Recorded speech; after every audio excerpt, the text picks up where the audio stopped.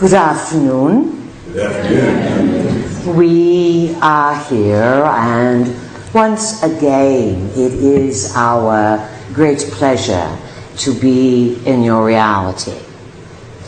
The acoustics seem finely tuned here today. It is a new moon that's going to unfold. New moon is always indicative of new beginnings, a new cycle.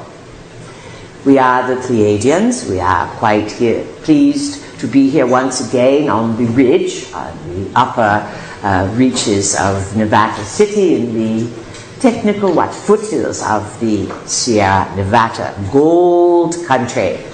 Lots of legends, lots of stories, lots of participants. Of course, those who are attracted here have often been here before.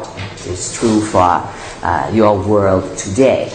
And being that it is easy to travel around with credit cards, monies, transportations, you can walk in the footsteps of your multidimensional simultaneous selves. The trick is to figure out why you are going places, why you are doing what you are doing, and what the point is in the now.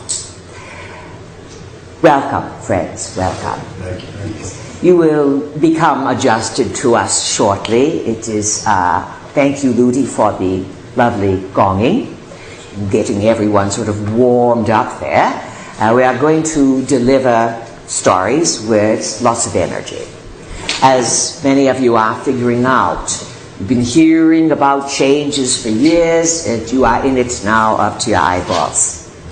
And there are many who have great plans to accelerate things, accelerate chaos and confusion.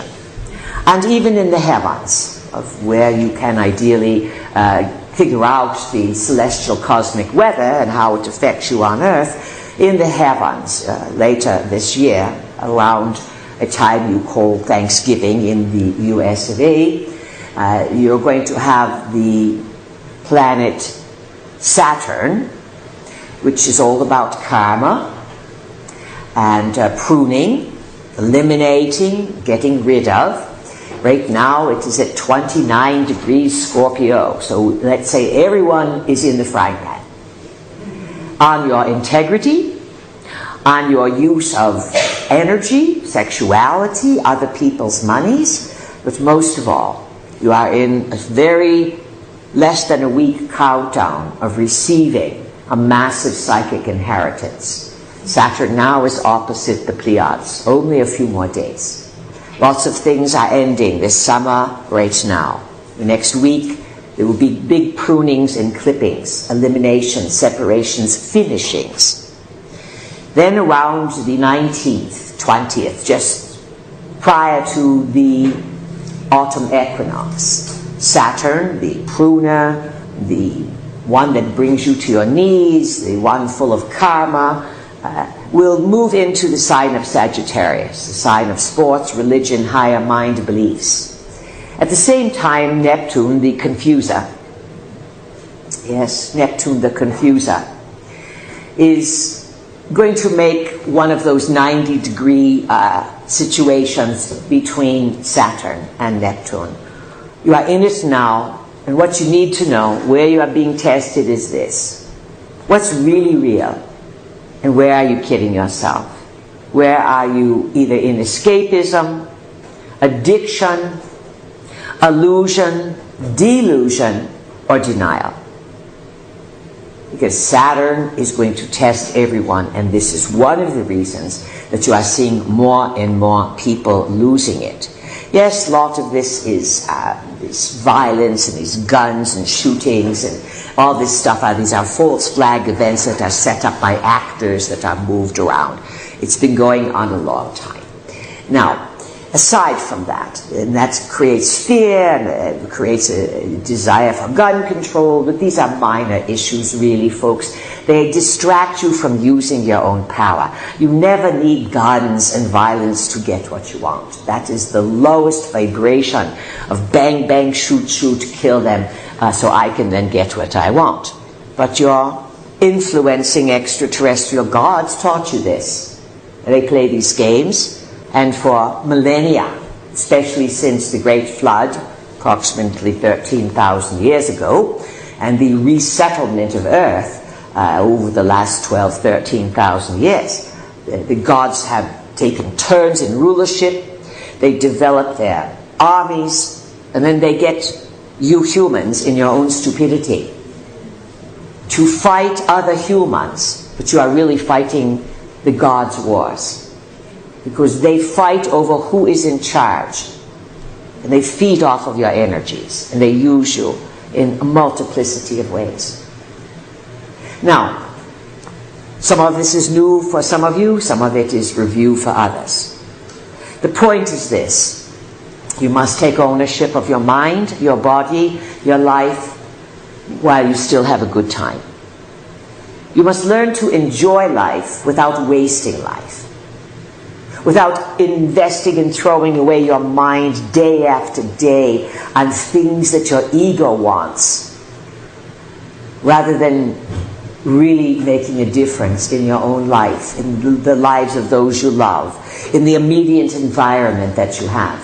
Too many people want to save the world, but they themselves are a mess. They forget to brush their teeth, shave, get a haircut, sit up straight, go shopping and buy some decent clothes. If you are a slob, how much of an impression can you make? Do you understand, people, how you are displacing yourself from true effectiveness of your mission? But what is your mission? Number one, you've been recycled many times. You live over and over again. You are alive now, and there are 7+ billion of you on the planet because big stuff is happening. Big stuff started happening, one could say, in about 1945, 70 years ago. Who remembers what occurred about 70 years ago? Hiroshima, yes, the bomb. Hiroshima and Nagasaki. Now, 70 years. In 2 years, it will be 72 years. That sounds quite simplistic. But 72 years is very, very important number in the mythology, in the counting of understanding the heavens. And it has long been a secret code. In China, for example, many of the temples or places in the Forbidden City would use the number 72. Why? Because 7 + 2 = 9, and 9 is considered to be the number of the supreme, the heavens, etc. The dragons own the number 9. You were earlier discussing who the dragons are. In the Eastern Hemisphere, the dragons are taken for granted as opposing factions. They fight each other. They are real. Yet, even though China had hundreds of thousands of depictions of dragons everywhere you cannot even imagine, modern China, they build huge, gigantic skyscrapers, and in the middle they cut out many stories and make a big hole. And there may be 10 stories wide, 10 stories high. It's for the dragon, if the dragon comes back, so it can fly through the hole. Western world, you would think that was crazy. Western world, you have forgotten a lot of the mythology that is going to be thrust in front of you. 72 years means a big key in the Anunnaki counting.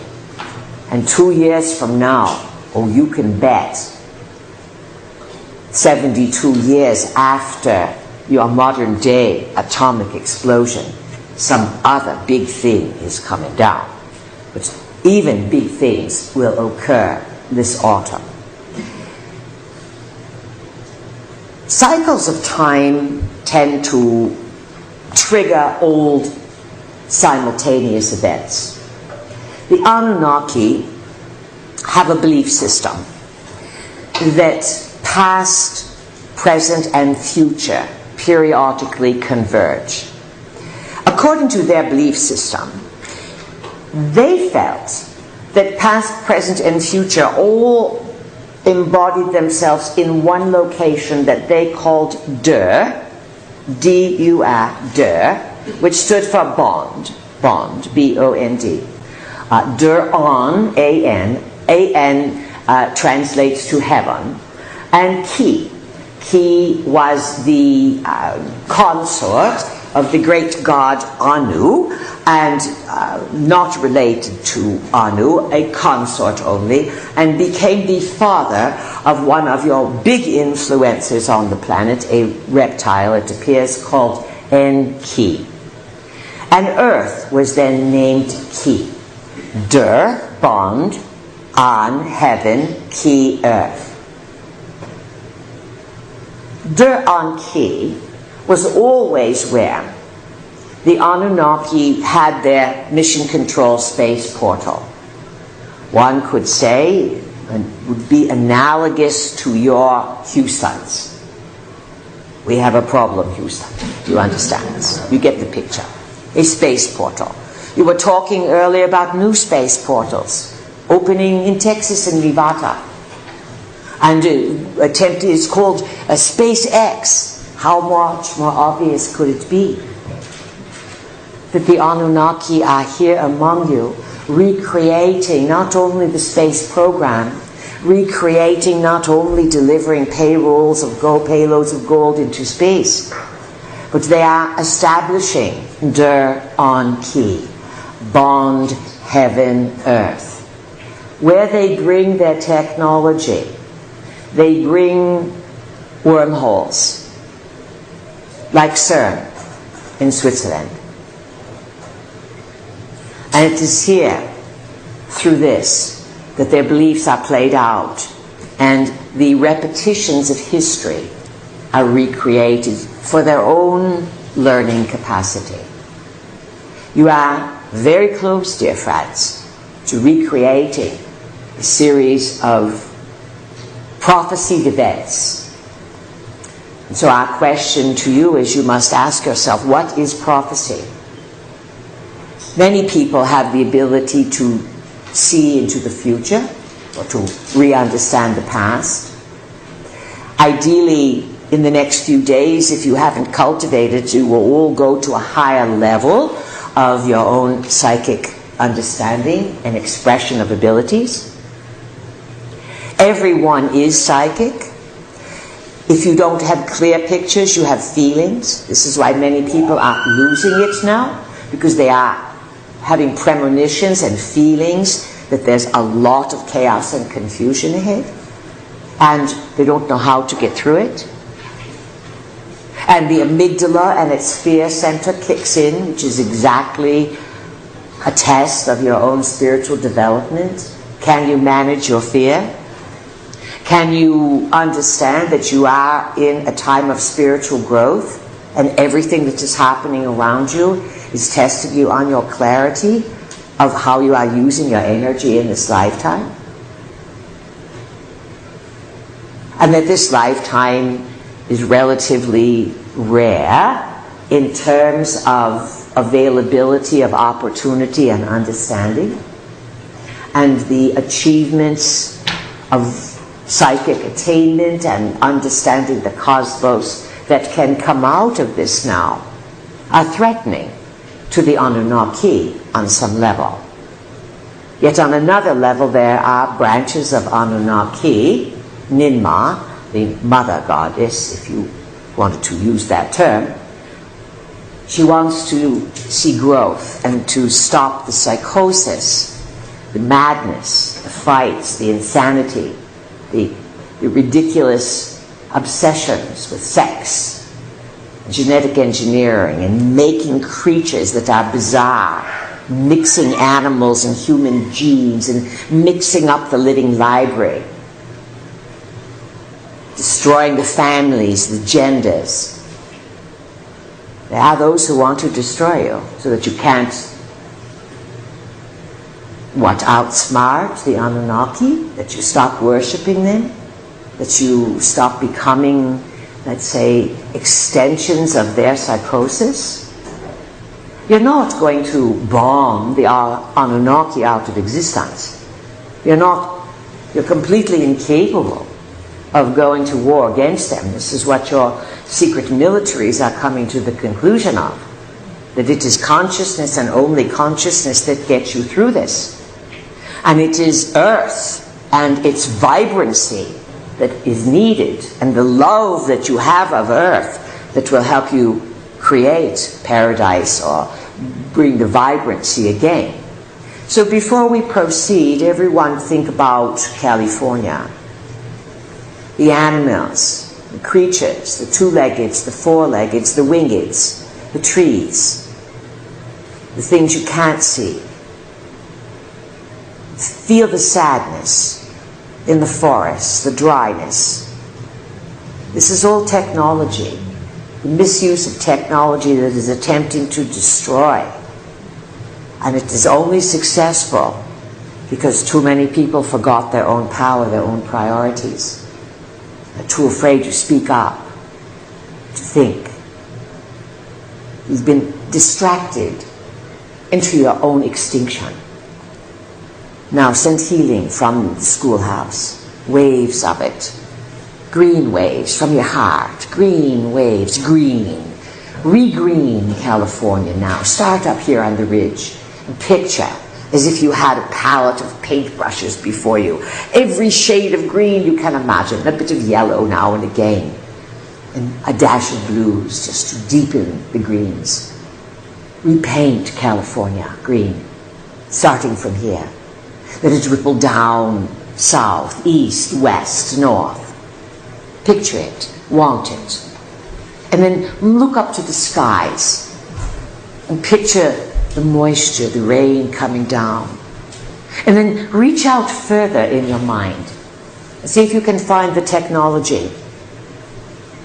The walls of electronics that some call harp, that work against the elements, steer the weather to convince you that you are in some catastrophic state when actually you are on the cusp of awakening.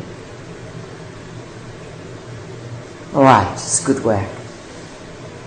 All right, let's move along now. We've got you warmed up here. We want you to sit back and relax. We are going to throw a lot of energy at you. It would be a very good idea if each one of you now made an intention of what you want to get out of this weekend. Obviously, you want to be more flexible, you want to be wealthier, you want to be more euthanized, you want to make friends, you want to have a good time. These things are, of course, your responsibility to put in your field of what you are available for. So, that said, let's move into questions. We're going to ask you to speak very loud and clear and ask something that everyone can benefit from. So who would like to begin this afternoon's discussion? It is titled, The Weekend, Impeccable Timing. Let's go for it. All right, Paul, there you have it. You got in the window. Thank you for being here. Good, and thank you for coming from that strong voice. What's your question, Paul? Well, in this impeccable timing that we're in, so in the next short period of time, we may very well see Nibiru come through from the south. I mean, that's a possibility. It is a distinct possibility, and there's lots of buzz around it. Is there an agenda that the Anunnakis have at this time to do something? I mean, we've talked about it, to change our thinking, to impose more controls over our humanity. Is there a expansion of our consciousness that can break through this, that's also coming at the same time? Yes, of course. This is what the game is about. It's not as if the barbarians are at the gates and you must go into siege mode and there's nothing you can do. Of course, understand that Nibiru, as it is technically named, is also known as the Destroyer, meaning that in its own storyline, it has created a lot of havoc in its own periodicity as it has entered your solar system. And so because of this cellular memory that Nibiru has left, people would panic if a comet appeared, because they were afraid the comet would be Nibiru. This is why in the Middle Ages you would see pictures of the comet passing and people cowering, because the memory was that some comets caused problems, but Nibiru often really upset the planetary equilibrium.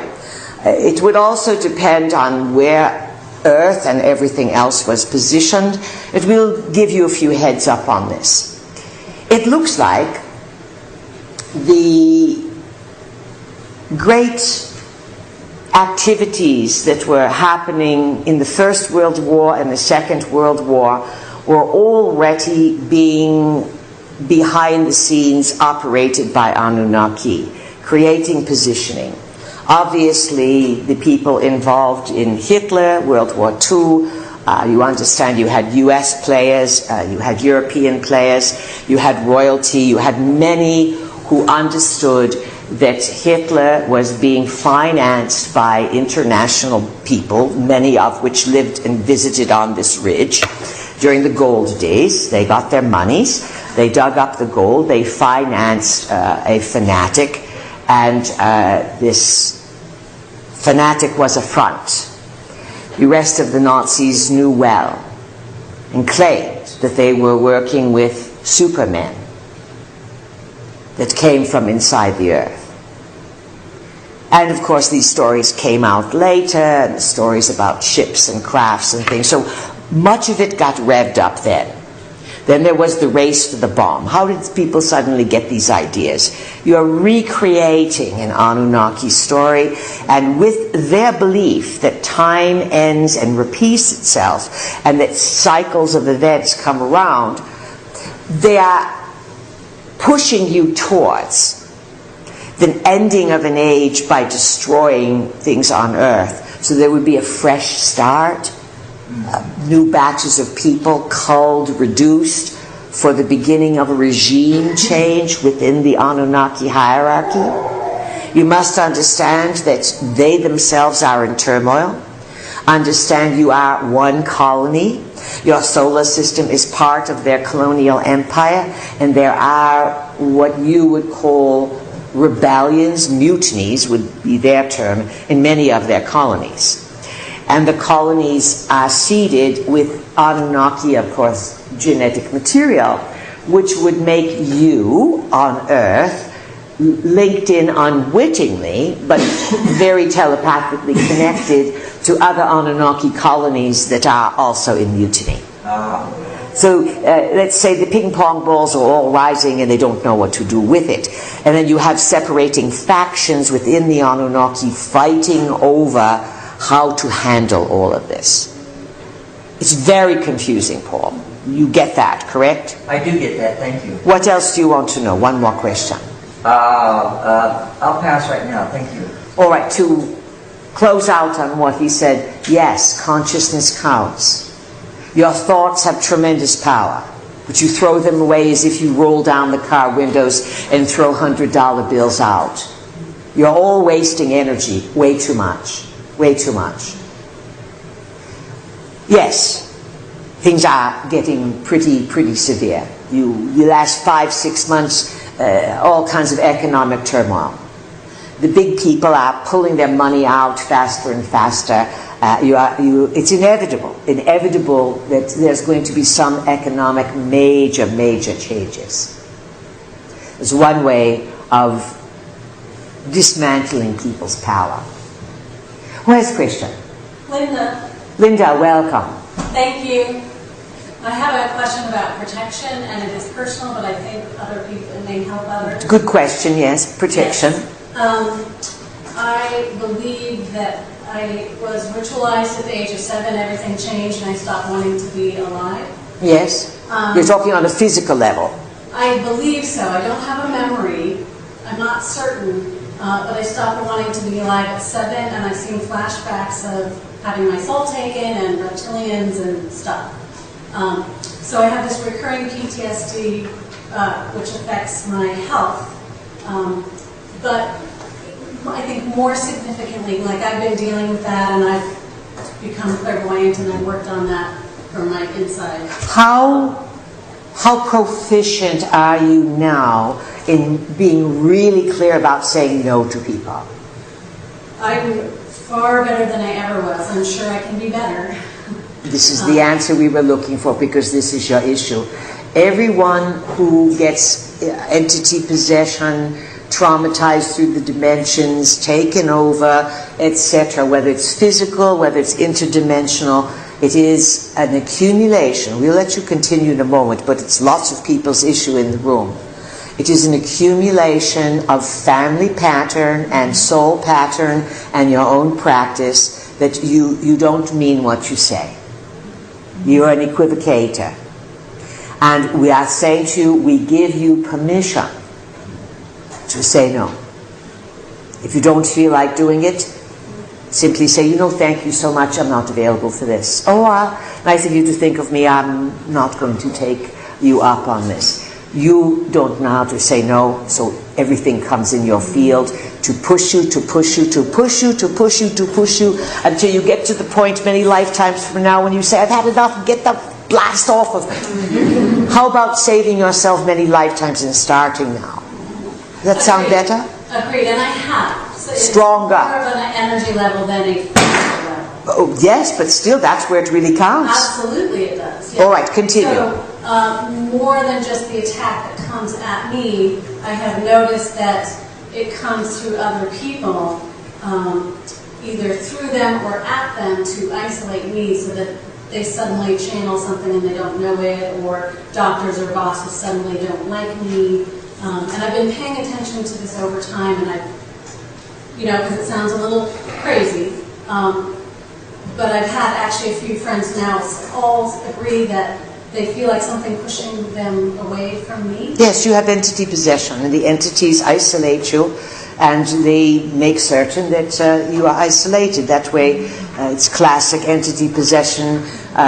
Gets the person in trouble, makes them sound stupid, yes. or you appear to be a liar, or people say, what the heck is wrong with her? Yes. And this is entity possession again, because you have no boundaries, because you have not said no again and again and again and again. And this is you and many, many others out in the world and in this room. It's becoming more apparent, Saturn square Neptune, as to how much you are run by other beings. And of course, if you are afraid to make decisions, if you think you need a man, if you think you need a mother, if you think you need kids, if you think you can't make it without this and this and this, it weakens your energy field. Entities come in.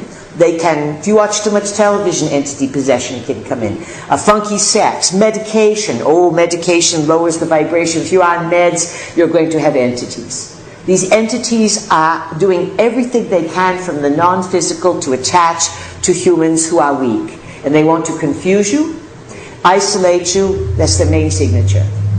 If that's the mild ones. The really bad ones will take you down the path of self-destruction. And that's usually addiction, raping, drugs, obliviousness, sexual addiction, all this stuff. So be grateful that you have mild ones that want to confuse you. But you have not taken ownership. That's your problem. Does that help you? I understand, yeah. Can you... We identify the problem, but you have to get through it, yes. Which I have spent a lifetime on, yes. And I am Jupiter exact on my moon in Pisces, and I've got Neptune and Scorpio on my rising. So Jupiter on your exact on your moon in Pisces. Pisces is the big troublemaker, and Neptune is in Pisces now, and Pisces is total confusion. Remember, when you drive through the fog, do the bright lights help you? No. When you are in the fog, which is Pisces, you can see just in front of you. Pisces and Libra are the two signs that have the greatest weakness. Libra, because it is indecisive, can't figure out who it is. Should I please everyone else or myself? Well, maybe this, maybe that. And then Pisces, it's the test at the end of the zodiac. Pisces has a difficulty telling the difference between self and others. Yes, and I only share that to point out that my belief is that as a soul, this is the role that I'm playing. You've been working on this for a long time. Right, a very, very long time. Yes. Can you confirm anything about the age 7 trauma? Because I don't have a memory of it. We don't do personal things of this nature. Oh, sure, I didn't mean to. But we will say this. Your growing cycles of pressure for each of you happen every 7 years. So for a job that you would be in for decades, you would start from the date. In 7 years, you would be tested in your birth every 7 years, so 7, 14 and a half, 15, 21, 22, 28, 29. And then 7 keep going, 35, 42, 49. As you keep adding every 7 years, you are in some Saturnian grow up, test, karma situation. And so you fall into that time sequence of a traumatic karmic event occurring for you. Who else has questions? Carl Holmsen. Carl, loud and clear. Question about the past and a question about the future. All right. I would like. I was wondering if you have any input about the Tzinska event that happened in Siberia in 1908, and also, and for the future, will it be any effect, or what type of effect might happen to the planet if the magnetic pole reverses, possibly with the passing of Nibiru?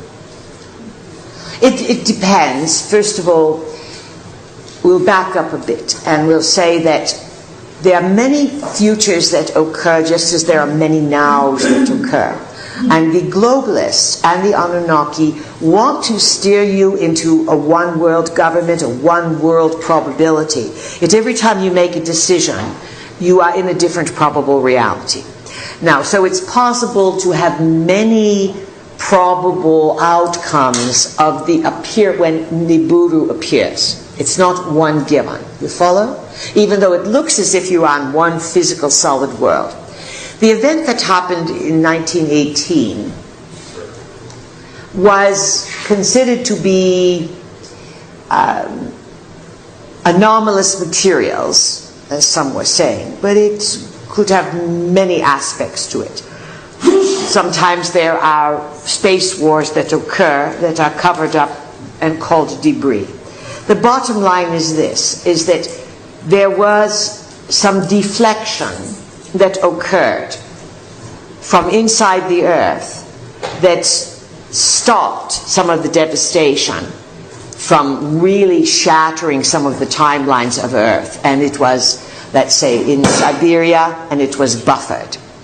Another important thing to understand is that the Anunnaki have developed from long, long ago, not only the Middle East, Central America, South America, Mesopotamia, China, but they had much development in what you call Russia, especially Siberia, many minerals and things.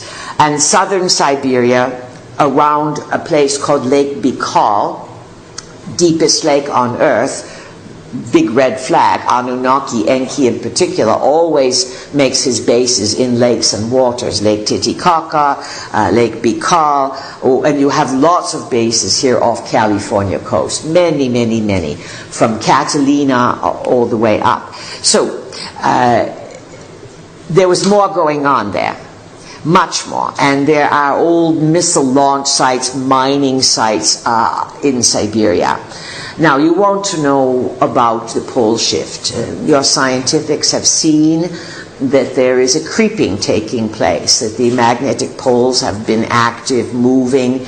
Many are speculating there's going to be a pole shift. Let's say this, that when a renegade planet such as Nibiru, with its erratic orbit that is counter to the order of your solar system, when something such as this enters, even if it's hundreds of years out, its telepathic effect, its signature, its electromagnetic field, its detritus, all of this has a long-term, wide-ranging effect.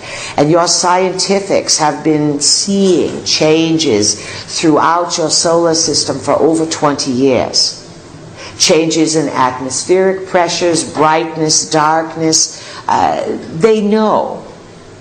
And they can't understand to some extent how something could be so far and yet have such powerful effects. Think of the sun. Think of the galactic center.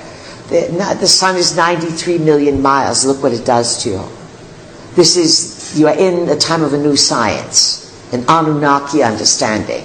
Yet they don't want you. They want to keep you from understanding what they know. So what would be the outcome, Carl? Many are prepping for destruction. You know, it's been said that the USA started disappearing monies right after this Nibiru was sighted in the early 1980s. It was conjectured through machineries by scientifics that it was there. Remember, the Sumerian texts were already translated, so they were looking. Secretly, of course. The secret society, Mason, the men in the secret groups who had to keep quiet, otherwise they get the death of the sinner, which is exceptionally unpleasant. So everyone's quiet. They're blackmailed. They have to keep quiet. Money starts disappearing in the USA by trillions. In the 1980s, they begin the underground construction. These are the buzzes, the hums, the weird things that you hear. Russia only started recently to do this. They are prepping their people. We'll see how all this comes down. There have been many archaeological discoveries all around the planet of widespread, extensive cities, underground, extensive, we would say, housing at least 50 to 100,000. That's somewhat mind-boggling to modern archaeologists. So we'll have to wait and see, Carl. It will depend on the kind of energy that your Earth is vibrating and which probability you are in. This is why we cannot emphasize this enough. Get with the program and get more aware. Take ownership of yourself, your Earth, and where you live. Get clear, people. You are saying, what do they want us to get clear about? What do we have to get clear about? You see, you don't even know what to get clear about. That's all right. You read your energies. If you don't know, laugh. Laugh, go back to nature, have picnics. It's safe, you understand? Be good to your loved ones. Make flower arrangements. It sounds simplistic, but you see, when you make beauty and you are satisfied with what you are taking ownership of the now. You are managing the energy rather than fretting. Fretting, worrying lowers the vibrations. Fear lowers the vibrations. And in this way you feed the beings that we call RT Intel. And that is a little bit of a more friendly name than AI. Who has a question? David has a question. David, welcome. Thank you. So, I have one who is... Don't drop your voice, but don't shout. Louder, please. I have one who is in search of, pursuit of the exalted self. Of what? The exalted self. How about the practical self that pays the bills, that grooms the self, that gets from here to there with effortless? Well, I'm using your terminology. Yes, but we don't like when people utilize that terminology. Because we can use it, but it is... You are too far from it to understand it. But please continue. Is it possible to disappear inadvertently through practices of yoga, meditation, unintentionally? Is it possible to raise our vibrations to the point where we disappear to the normal naked human eye? But you said unwittingly. Yes, unintentionally. Is this really the most important question that you have? Well, it's part of my process, my development, and it's part of my, I think as people... You are wasting your time with this, in terms of what the immediate issues are. You're being really clear and politically incorrect. It's not an important issue about becoming invisible to raise your vibration. Raising your vibration means that you are smart enough to take care of what's immediately in front of you, not disappearing. If you want to disappear, then you need to go to India and sit in the cage with the hummus. They will teach you to disappear. Yeah. It's completely inappropriate. It is delusional. It is far too idealistic, and that is why we said, when you said you want to be the exalted self, we said mow the lawn, shovel the snow, wash the dishes, change the kitty litter, clean the toilet. Yeah, these are all Western issues. I camp out. I don't live in houses. Yes, that is why we said you need to be in India. Yeah. That you will get what you want in India, not here. Yeah. You are escaping reality rather than dealing with it. Who has a question, please? Sean. Catherine. Sean, welcome. What is the quickest and easiest way to create consciousness? You want to rethink that one? Because everything, consciousness is in everything. So you don't create consciousness, you create becoming more conscious, you create becoming more aware, but the easiest way to create consciousness, technically, grammatically, is a sentence that makes no sense. Catherine, we heard you call out, welcome. Thank you. How about asking a clear, important question here, because people, our eyes are closed, so we are completely just reading your energy.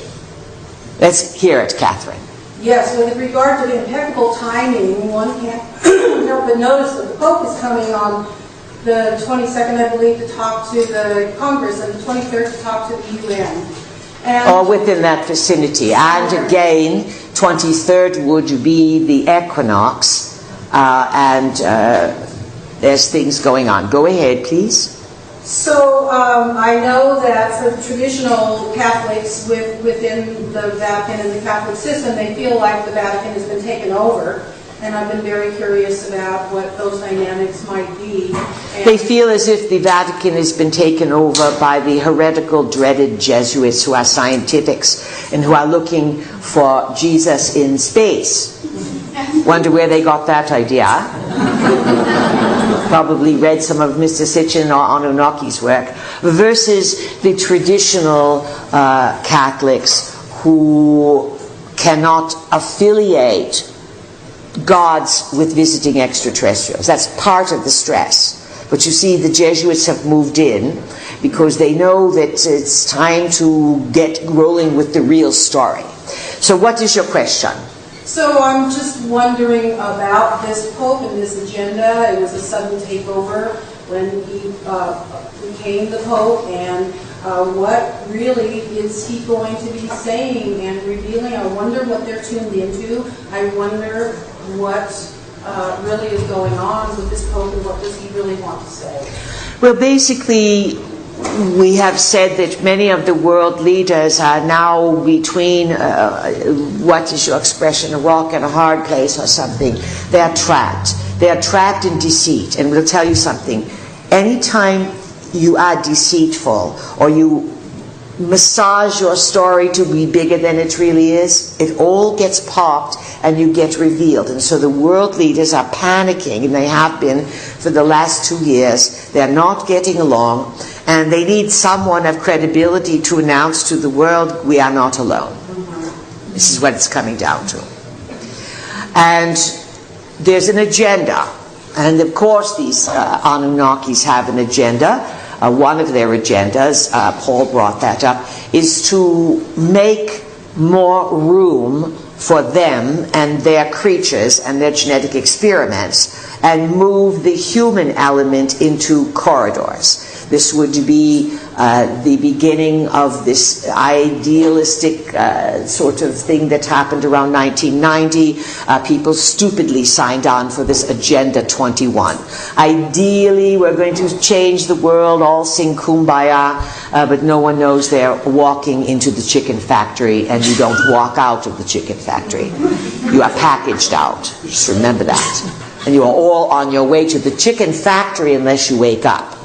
Now, the Pope, the current fellow, he has been in tandem And if you remember some of your history that was brought out long ago, those who started digging into the rituals of Catholicism understood that there was a white pope and the visible cardinals, and then there was a organization in the Catholic Church that was hidden. It was called the Black Pope. And the Black Pope was always run by the Jesuits behind the scenes. Hence the reason that if you visit Italy, and particularly if you go to Rome, and you go to St. Peter's Square, which is really round, it's got Cleopatra's Eye of the Needle, her obelisk in the middle of it, surrounded by statues of the popes, and then there's the Basilica, built St. Peter's Basilica, and it's all black and white and game boards everywhere. This is to show you, again, that even in the Vatican, they had the visible white pope, who is now retired pope, and then parallel behind that you never heard of was the black pope. What they did is retire the white pope and put the black pope in the white pope's position. This follow now, people? And the blacks were more the scientifics. And remember, they came out of about 1500, who was it, the whipper? Ignatius Loyola, yes. The self-flagellator. And what, it sounds ridiculous, but it's based on the idea of punishing the self, hitting the self, whipping the self, and throwing the self into trauma. And when you are in trauma, you either freak out and become dumber, or you become more psychic, and then you open yourself up, and the neural networks link up, and you become in contact. They were all looking to contact the Anunnaki in any way they could. It was the obsession. This is what the Inquisition was all about. So yes, why is the Pope laying out a historical precedent for the first time ever? A representative God is coming to the U.S. Congress and going to address both houses of Congress, and then the next day go address the UN. They are going to speed up again a land grab situation. If you could hover now for a few minutes in your mind over the Mediterranean to see what a mess is going on in Italy, in Greece, in Bulgaria, in Hungary, up to Germany, migration, Syria. And this is all Anunnaki territory. Everyone's moving. Everything is being discombobulated. Europe will never be the same after this year, next year's. Everyone is being revved up. And this is going to put a new agenda, a new monetary situation, and it will be something that will focus, who better than the Pope? He'll take the risk to announce it. And it's all going to be a big dog and pony show. Remember, you will be tested on your gullibility. So you have to learn how to watch, how to witness, how to take in new levels of data, and most of all, remember your big test for the next year and 1/2 is to know the difference between Saturn, karma, what's really real, and Neptune, what is an illusion. And the illusion, people will want to say, it's roses, oh, it's beautiful, look at. Take a sniff, it will smell like manure. If you allow yourself to really look. Because as you get smarter, let's say this way, as things become more complicated and confusing, and the factor of AI or RT intel suddenly pops up everywhere, and you start realizing you are watching and dealing with RT intels that are passing as humans. It's going to get very confusing, people. So the gift is to prep you for this. Expect it, welcome it, that you are getting smarter. Because the game is going to go on. You are right at that stage. What else, Catherine? Thank you. Excuse me. I also have been wondering very much about prophecy, and that I know it's set up by the Anunnaki to basically predict their own story. But when I think about Edgar Casey, who always said that he was the reincarnation of Ra, and knowing that Marduk was Ra, then I'm wondering, what is the Casey prophecy? What are these prophecies, you know? And this is the issue. It will be the issue, and we'll spend a few moments on it, then we'll go to Kali, because we heard Kali speak.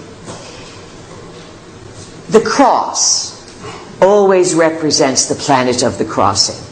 It is not called the planet of the crossing until it comes close to your solar system and enters it.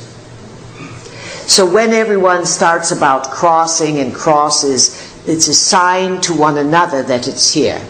You also know that over the years we have suggested that the word nuclear is a code for ET. Long been a code. A way that world governments can speak to one another in the media and about what's really going on.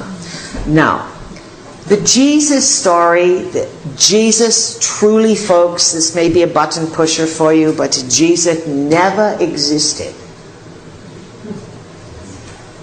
in the way that the Catholic Church has coerced people into believing and has marketed this being.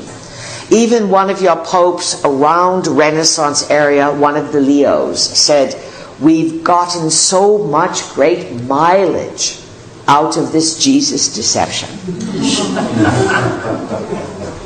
All right? Take the pressure off of the now, blame the Leos, all right? So, that's 1500. They didn't decide the Jesus story truly and the whole biblical story until 325 AD. Yet zero, when time was reset, you ever reset the mileage in your clock or timers or what? So time was reset 2,000 years ago, plus or minus a decade or two, because it was the beginning of a new counting of time, which is called celestial time. And celestial time was devised by Anu, the emperor. We'll call Anu the emperor. But he is considered to be the God Almighty in heaven, the great God Anu. How did he get to be the great God of Nibiru? He won a wrestling match. That's what the records say. He won a wrestling match. And he wrestled Alalu. That's another story. So, Anu, the great God in heaven, he's the emperor of all things. He has his two sons, Enlil and Enki. You know the story. So then Enki is not legitimate heir. He's simply by consort. Enki has a son called Marduk.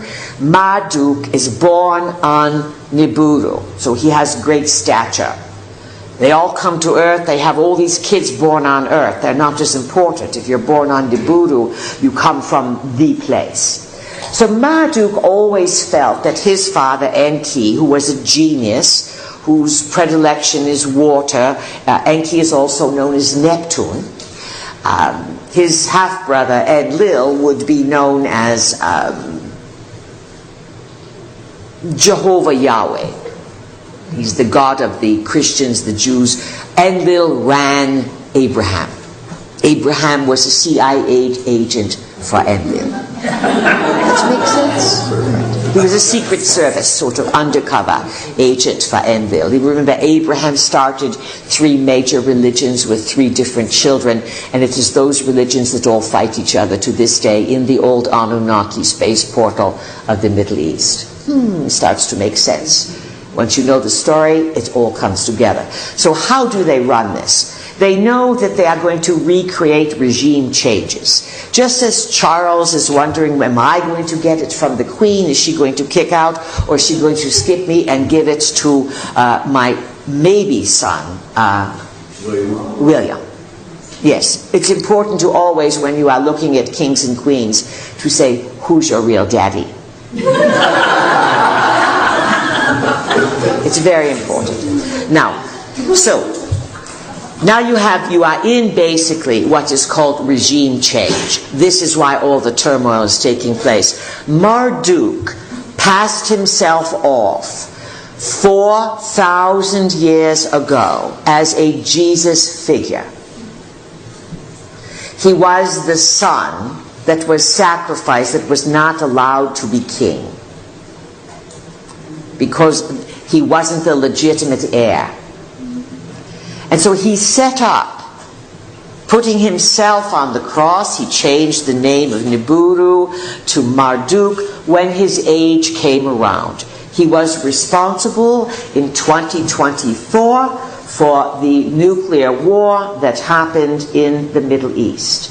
He was a byproduct of it. Actually, it was relatives of his and his cousin Ninurta and his son Nabu. They went at it. They nuked the Sinai.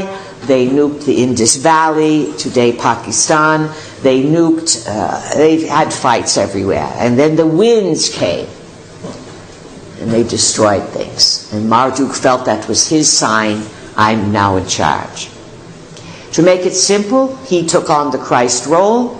The ages changed about 2,000, 2,100 years later. You call it the age of Christ. He once again wanted control over this age, and he is once again announcing the second return, because he's the one nailed to the cross. He's the one that controls the cross, and he does not want to allow any of his siblings, his cousins, any others to gain control. So how does he fit with Ra? Now, Edgar Cayce claims that he was Amun-Ra in Egypt.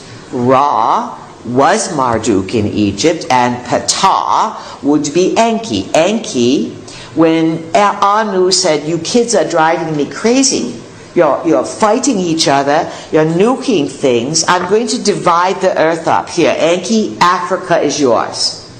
And the African people are yours, you have Africa. Enlil, you have Jerusalem, you have the Middle East. My granddaughter, great-granddaughter, who I've had the most delicious sex with, again and again, Inanna, will give you Pakistan and India.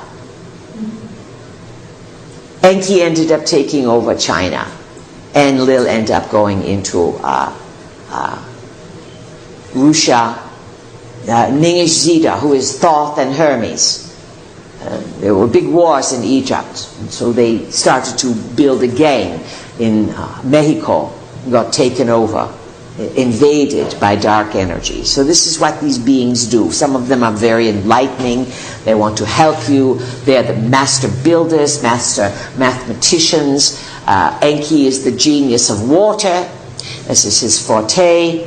He builds the bases underground. He's built the irrigation systems around the planet. He understands.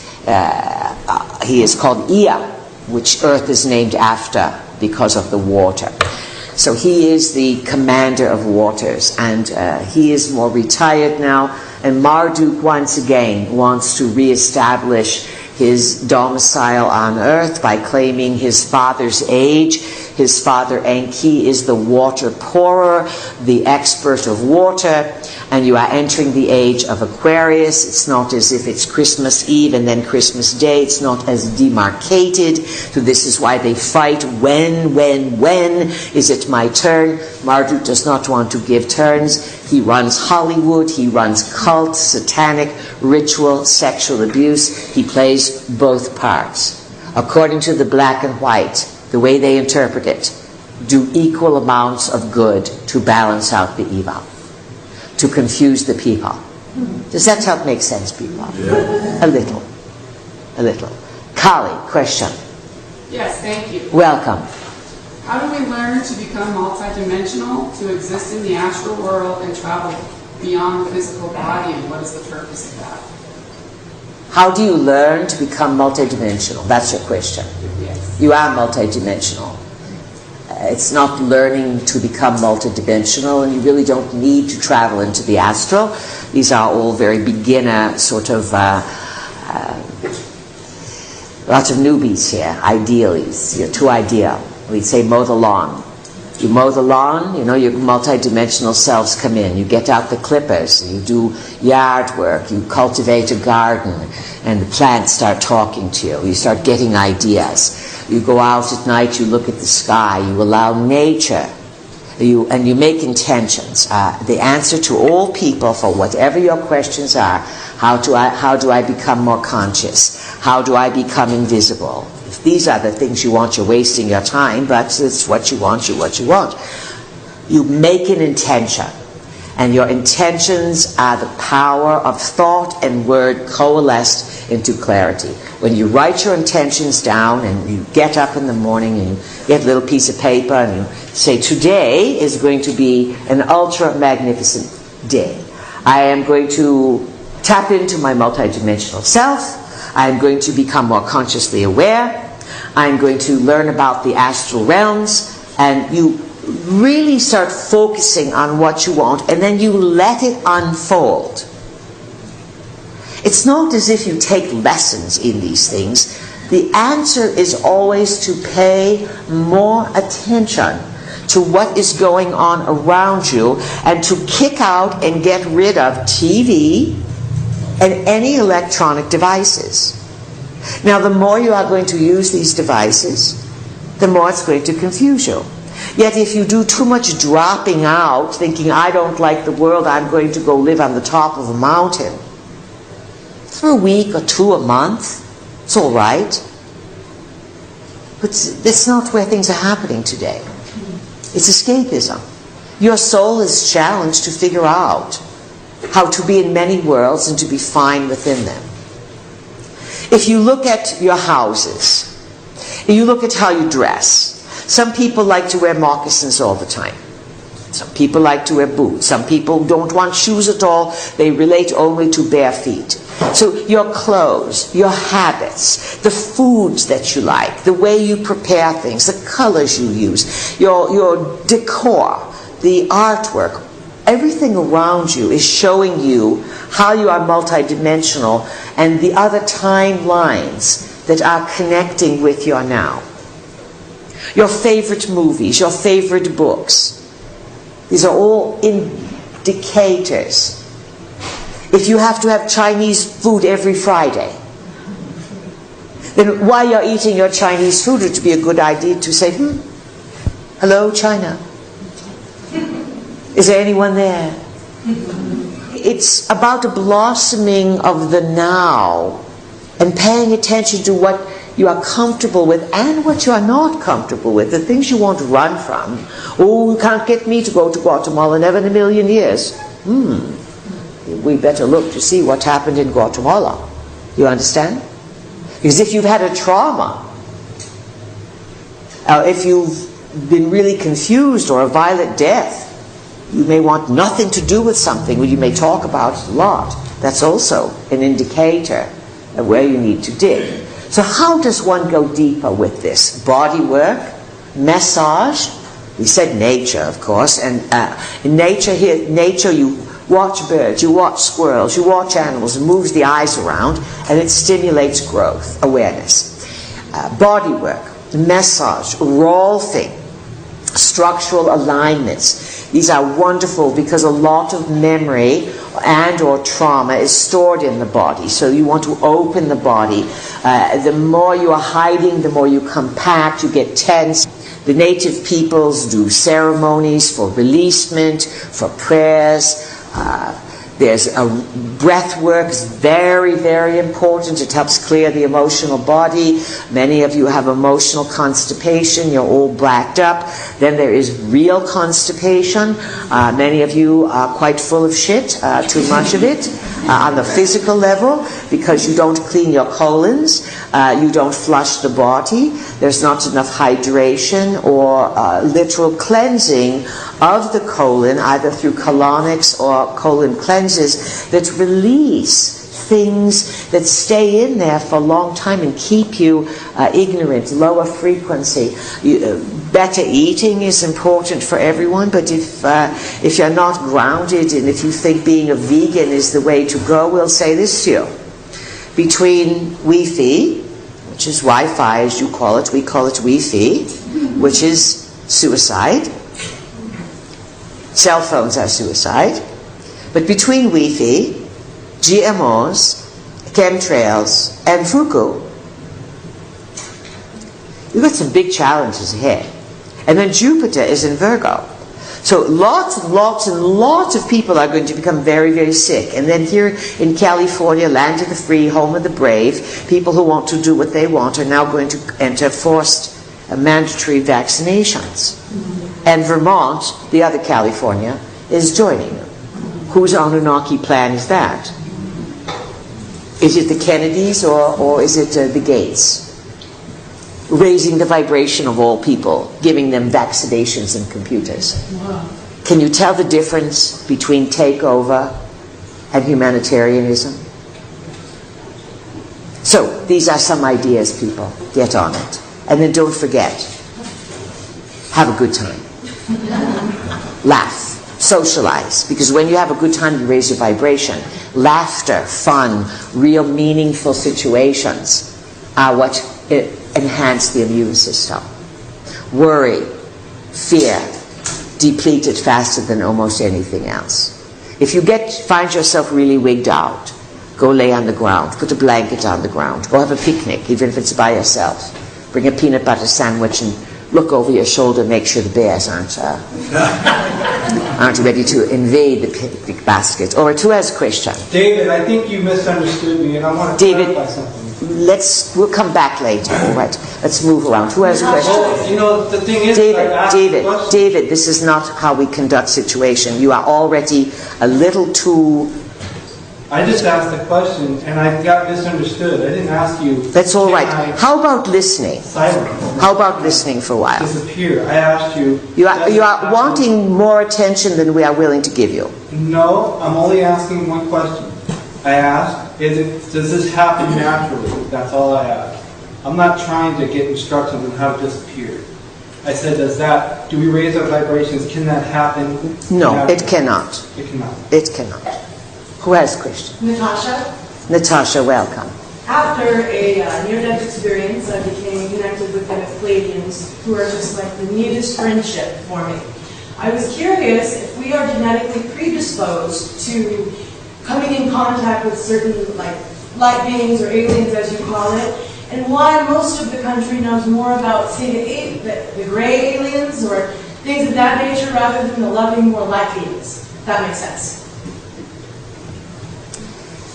Well, first of all, there's been a big invasion in your country by what you call gray aliens. They are basically organic robots that the Anunnaki use for abduction and DNA extraction and egg sperm extraction. So this is, of course, very prominent. And there's lots of genetic family connections. Of course, this is not a new thing. This has been going on for a long, long time. Why are there less good energies appearing to people, apparently, than there are frightful ones? First of all, the media is run by those who want to control you, so they are not invested in uplifting you. If they were, the media would not be advertising meds and promoting Jimmy Carter, who said, oh, I've got cancer. Oh, I'm starting chemo in a minute after I finish this talk. That says to everyone, oh, see, as soon as you get cancer, go get chemo. Poison yourself, quicken your way out. You'll line someone's pockets. So your own stupidity as people, by watching too much television, weakening your vibration, and then thinking that that's information, you get sucked into something that is not informing you. So that's where. And then the radios are all invested in creating fear because they are not behind uplifting humans. And many of the people involved in these intelligence agencies and figuring out the Anunnaki, they're all operating on bang, bang, shoot 'em, or they're in fear. So it's your own initiation that shows you there's good ones out there. And the good ones that are out there, they're only going to be attracted to people who have good morality. Cheating, lying, stealing, and pornography, or sex just for sex, that doesn't draw any good entities. It draws what we call the funky ones. Not the dark ones, but the funky ones. So clean up your act and have a real strong moral code of what you are and are not available for, and that your integrity is spelled with all capital letters and you stand for what you stand for, you'll start getting the higher vibrations. That is the initiation of the soul, to choose the path of greatest goodness. And no one can force you to choose that path. Once you do, everything opens. And humanity is nowhere near that path, because they want to default into materialism. And it's not that going and saving everyone else is the anti-materialism. You are being forced now thinking, oh, let's all take care of everyone else and we'll have socialized medicine and free this and free that. We'll tell you this. If you don't work for it and someone gave it to you and you want it for free, you're worth nothing. You have to earn everything you get. And the more, if you are a grandparent or a parent, and the more you give and give and give to kids, the less they earn. And if you are a kid and you've been given and given and given, you're still a little kid. If you didn't earn the money to buy your car, you're a little kid. If you didn't earn the money to put yourself through school, you're still a little kid, even if you are 50 years old. You get what we are saying, people? Yeah. Can you earn it yourself and make it happen by your willpower and managing the energy to fulfill what you want, or are you waiting for someone on the other side of the world to finance your delusional idea to save the world? Do it yourself. Because when you really have something, you attract to yourself the energy effortlessly to make it unfold. Who has a question? Gwen. Gwen, welcome, loud and clear. Yes. Do the Pleiadians have a form, like a physical form, and what do they look like? It's really not important to the immediacy of the problems that you are in right now. Truly. We are attempting to help you to get to a higher frequency. But the questions are not truly as imperative as the situation that you are in. The Pleiades are located 400 light years from you. We've had a long involvement with your Earth. Yes, some can take human form. We are not the only ones from the Pleiades. The Anunnaki have reached into the Pleiades. There's problems in the Pleiades. And just because someone says they are from the Pleiades, do not think they are we. Do not think that they are we. We, as a group, are only speaking through our vehicle so as not to create confusion. Lots of other beings will come in and they will say, hi, we are Pleiadians. And they are not Pleiadians at all. It's because you have weakened yourself to think, oh, we can trust Pleiadians. People, do not go by names. Go by energies. And understand that creatures can appear in human form and walk among you and convince you of anything. You need to smarten up and you need to trust what's in your belly and in your gut. And you need to drop down and say here, what is my gut feeling about this? But let's just give you a little heads up here. You may have to learn soon a few more survival techniques, and you may be dealing with a whole new set of priorities, not the ones you are focusing on right now. We have time for one more question. Ludi, yes. Yeah, Pete, there's two things. Raise the vibration, please. All right. So first, let's keep the level at the discourse of a high intellectual level. We've been doing this for 30 years, people. Don't expect us to go into a pre-kindergarten discussion. Please, Ludi, go ahead. This is just on a practical level. In California, the Forest Service has made a quiet little deal with Nestle Corporation to get the water in the forest lands to Nestle. And this is just going around. I got it from one of the groups that alerts me to cell phones and the Wi-Fi stuff. All right, we're going to give you a heads up on water. Water is Enki's territory. It is Neptune.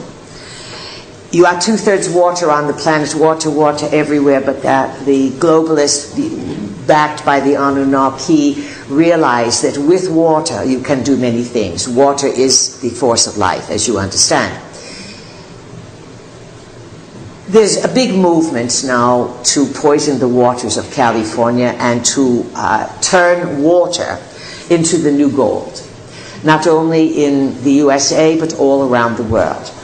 And it's going to be like a movie that you saw long ago called Total Recall, where the people were herded into colonies on Mars, and do believe that there are people who have been taken off of Earth into colonies on Mars. It's already colonized and has been for a long time.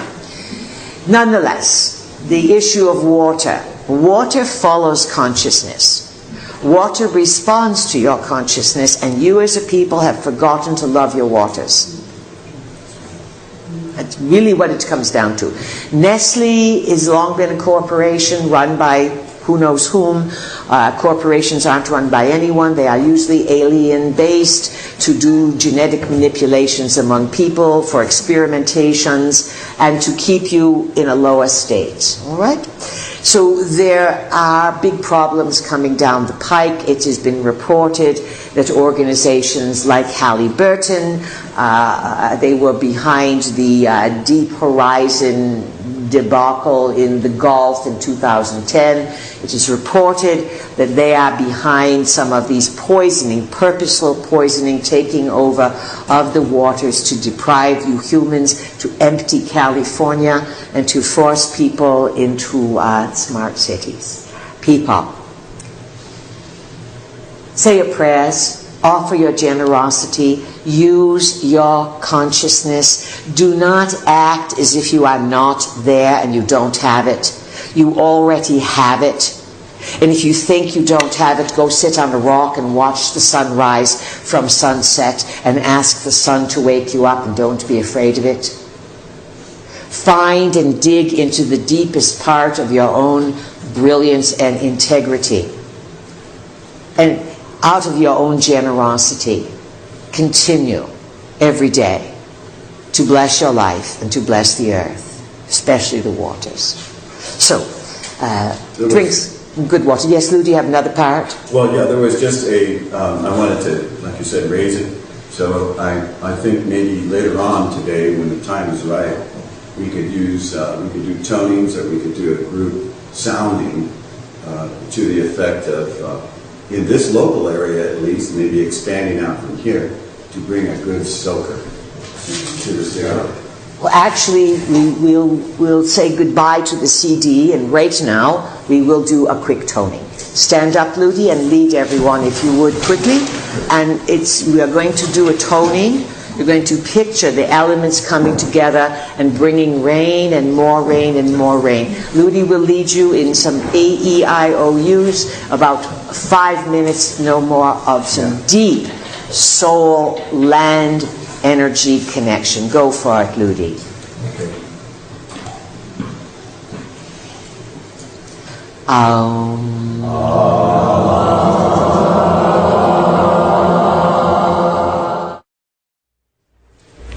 Good afternoon.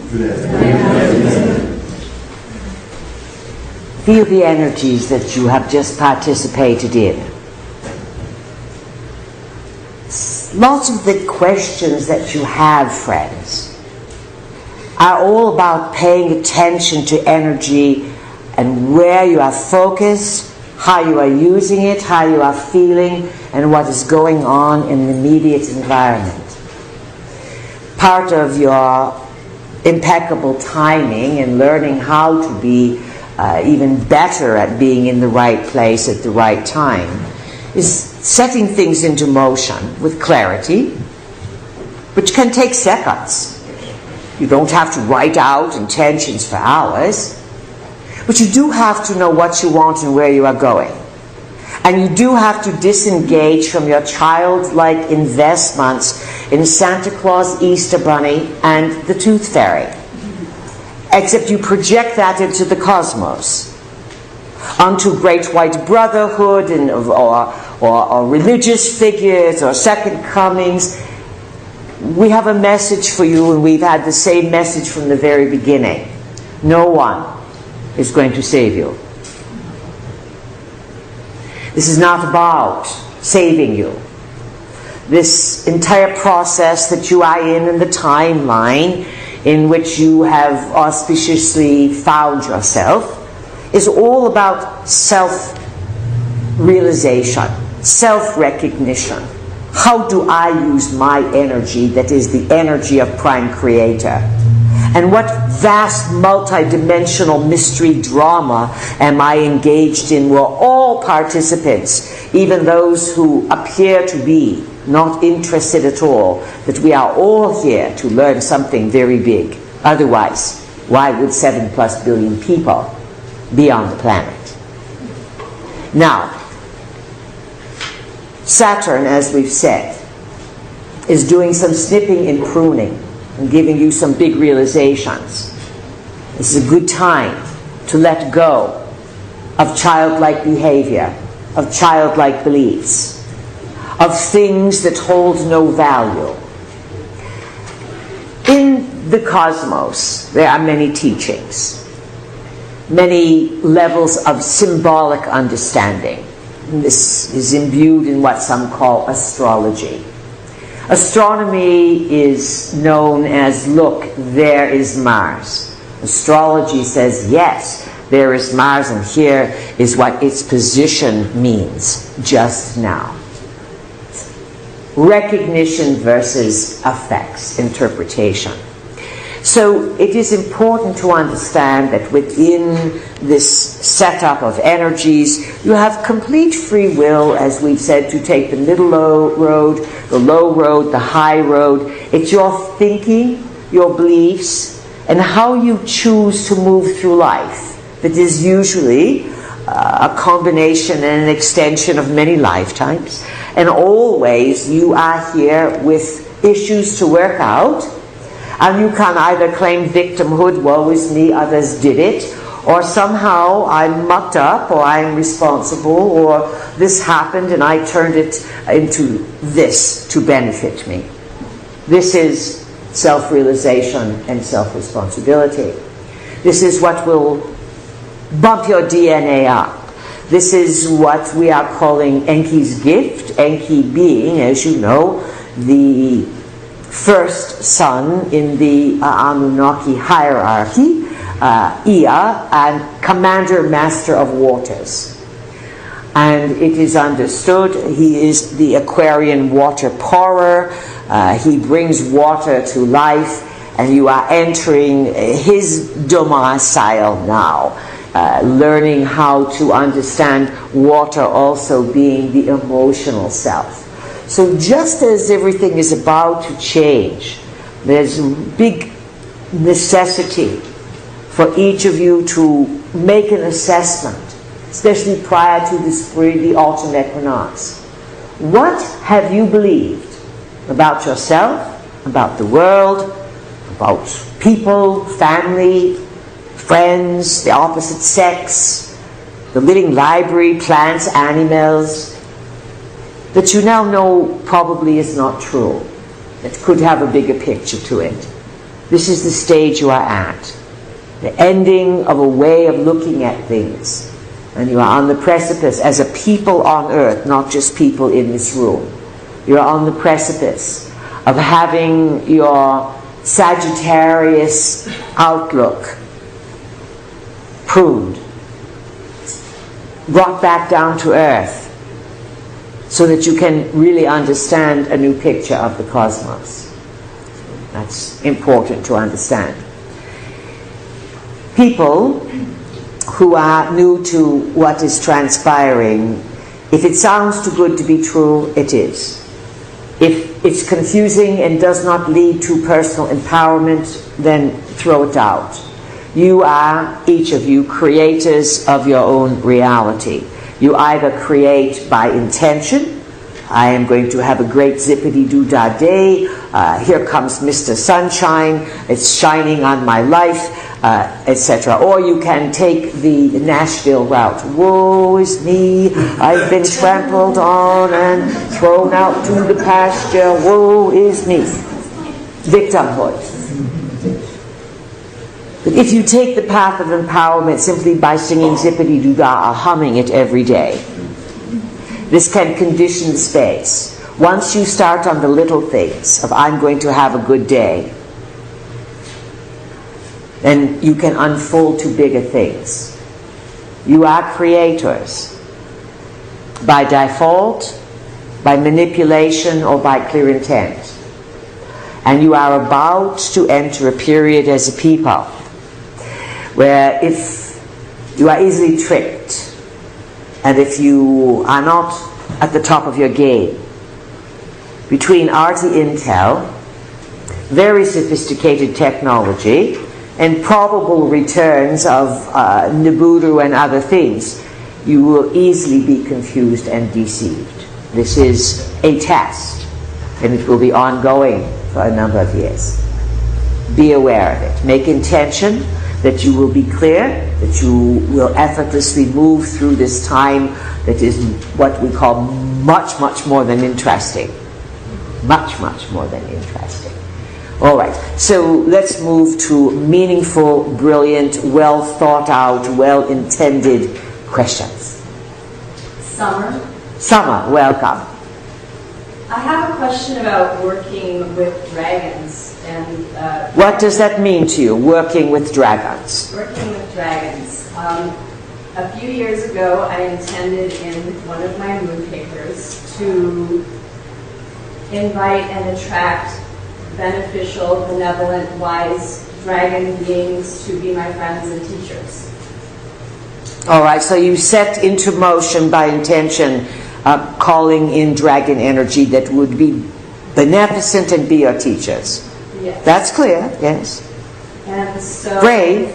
In the last couple of years, I've had the experience, usually after intense meditation, yoga, or dancing, of having a dragon consciousness come in through me. And it feels really interesting and wonderful and beneficial. And at the same time, there are times when I question, is this folly? Am I being foolhardy? Yes. And so I just wanted to share that in case anyone else is having this experience.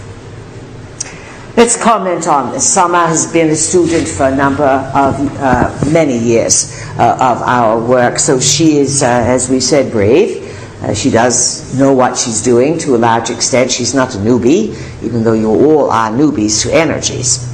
The dragons do exist. They are a form. They are projected onto your world in many, many ways. You have lines that are called dragons. You have, in China, the emperor is considered to be the representative of the dragon on earth, sort of like the Pope is the representative of God on earth. How did two opposite sides of the world come up with this copycat kind of situations? Fascinating. It's a wonder your archaeologists haven't fixated on it and figured it out. Nonetheless. So the dragons are a part of the, let's say, world mythology. Do reptilian beings exist that would be bipedal reptiles? Yes, they do. And when you call in certain energies, understand that if you are clear about what you want and with your intention, you are sort of playing ambassador. But if you do not know what you are doing, be careful.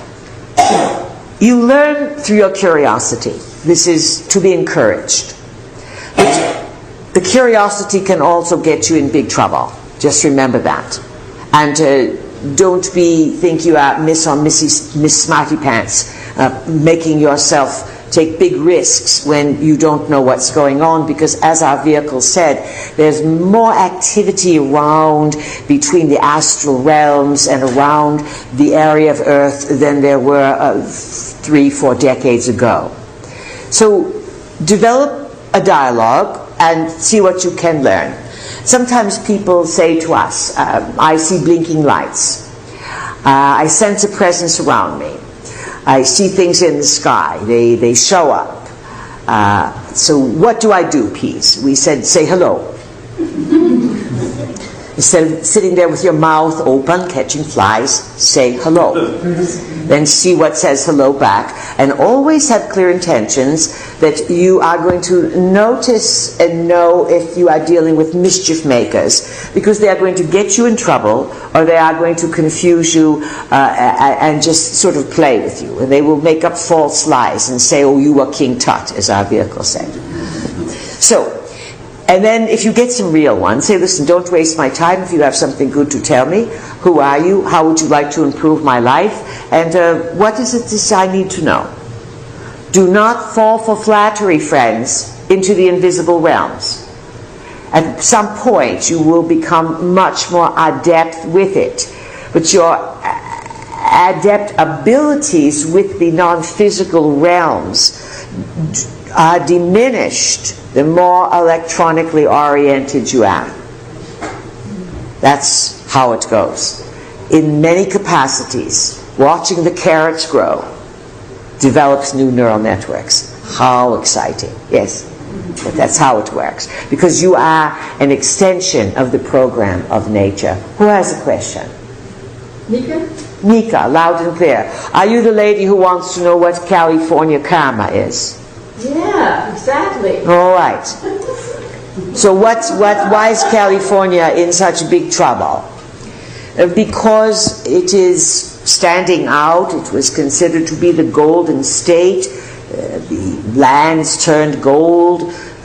The gold was dug up out of the ground. It would be very much then an Anunnaki colony, gold, etc. And you had basically the introduction of the aerospace industry, which would be Anunnaki types of technology, building, re-establishing their ground base for Earth to heaven missile, moon, Mars, Nibiru contact. Your entire space industry came out of Nazi Germany, and it is in California and other places that many dark secrets were utilized, and lots of, let's say, black magic was utilized at what you would call JPL, JLP, one of those letters, yes. That jet propulsions had some, Ludi knows the story, the old occult rock and rollers, yes? Yeah. What was it? Rocket, drugs, and sex, and occult stuff there. Big stuff. And then you have the cinema. The cinema is Neptunian. The cinema takes you into the world of fantasy. It takes you into the world of pictures. One could recognize that the height of success occurred with cinema victory over the human mind through the introduction of what's called Walt Disney.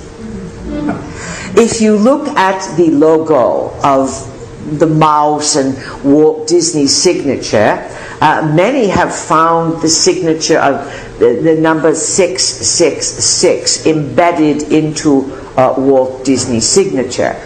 The number 666, some say it's tied to Revelations and the mark of the beast, but 6 is always related to the counting of the Anunnaki system. They are very big on 6. So 666, 60 is Anu's number. And 6 is a code for the Anunnaki presence and their ability to manage and manipulate your reality, so that through cinema you are programmed. Through cinema you no longer have to be encouraged to go to war. The pictures are before you and you're programmed to go to war. It cut the Anunnaki work way down. And then people stopped imagining and creating. And they convinced themselves as they sat and looked at the screen that they were smarter and smarter. You get the picture? Mm-hmm. So it is California that was the home of much of this. And then many dark things happened in California. You have a place at the coast there, it is called Presidio or some such. Lots of mind control manipulations, the universities, UC of LA, lots of dark manipulation, mind control, MK Ultra, all along the coast of Southern California. Oops, here they come. They're attempting to race our minds. Fountain up, everyone. Fountain them up there. They are wanting to put control frequencies over us. This is for mystery landers out there. The helicopters are flying over. So, California has seduced itself to some extent and into pleasure, too much liberalism, too much let's do it because we can without thinking it through. And in some level it's gotten out of control. Also, to the globalist, it is a threat. There's lots of food here, there's lots of free thinkers, there's lots of innovators, lots of people know how to live off the land, and of course you are big for the world economy, and California supplies lots of food. So it's a threat on many levels. It comes from many different directions. As a warning, we will say this. It was good work this morning to do the gonging, the toning, the picturing for the rain. Keep picturing and calling in the natural elements. Understand that there's no artificial intelligence, no matter how super duped it is, unto even something beyond quantum computing, is going to outcompute the living library, the program of it, and the occupants. And there are many, many, many who protect the library, but they're not going to save you. You have to demonstrate some smarts. The animals are smart enough to migrate into probable realities where they are sustained. Again, there are many futures, many nows. Which one do you want to end up in? And will you work with the library and learn how to work with the elements? Or will you fall prey to the invasion of machines? You know, our vehicle started to tell you, and perhaps she got distracted, but after the introduction of the Jade Helm exercises, Jade at the helm, of seeing how artificial intelligence could determine the control of the human domain, the 1,000, we believe, more than 1,000 technocrats, they called themselves, and they were headed by some of the big names there. Who would they be headed by? One was Elon Musk. The other one was... Perhaps Elon, the Hawking fellow, yes. And there was another fellow that was originator of Microsoft or something. Wojnicki or something like this. So they get together while Jade Helm is going on, while the public has no idea what Jade Helm is all about. And they make a pronouncement, a little teeny article, 1,000 technocrats plus these big chess players. They say, we are absolutely, completely, and totally opposed, and we must forbid autonomous military robots. Now, do you think the large amount of football watchers, basketball watchers, and time wasters said, what? You mean there's Terminators among us? No.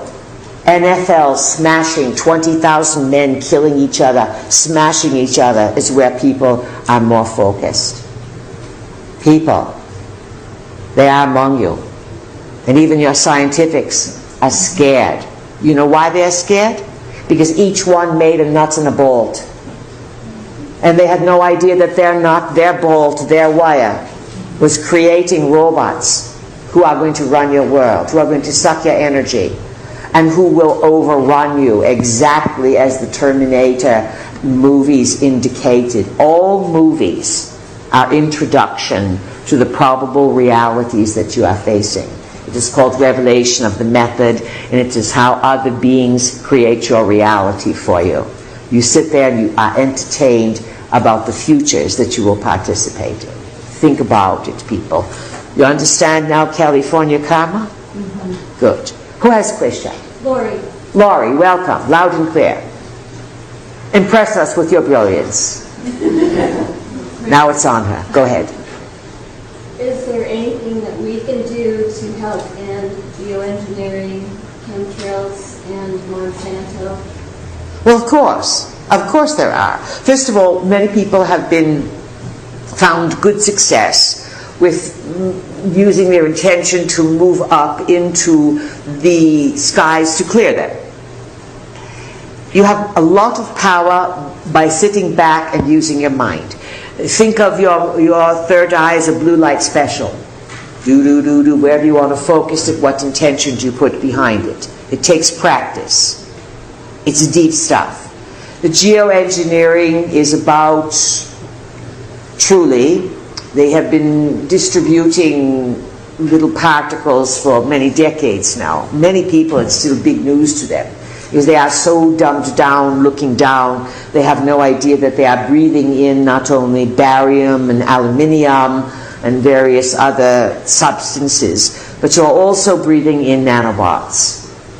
So everyone has breathed in the nanobots that are being sprayed through as it's called, geoengineering. They are telling you, oh, we're going to block out the sun to prevent global warming.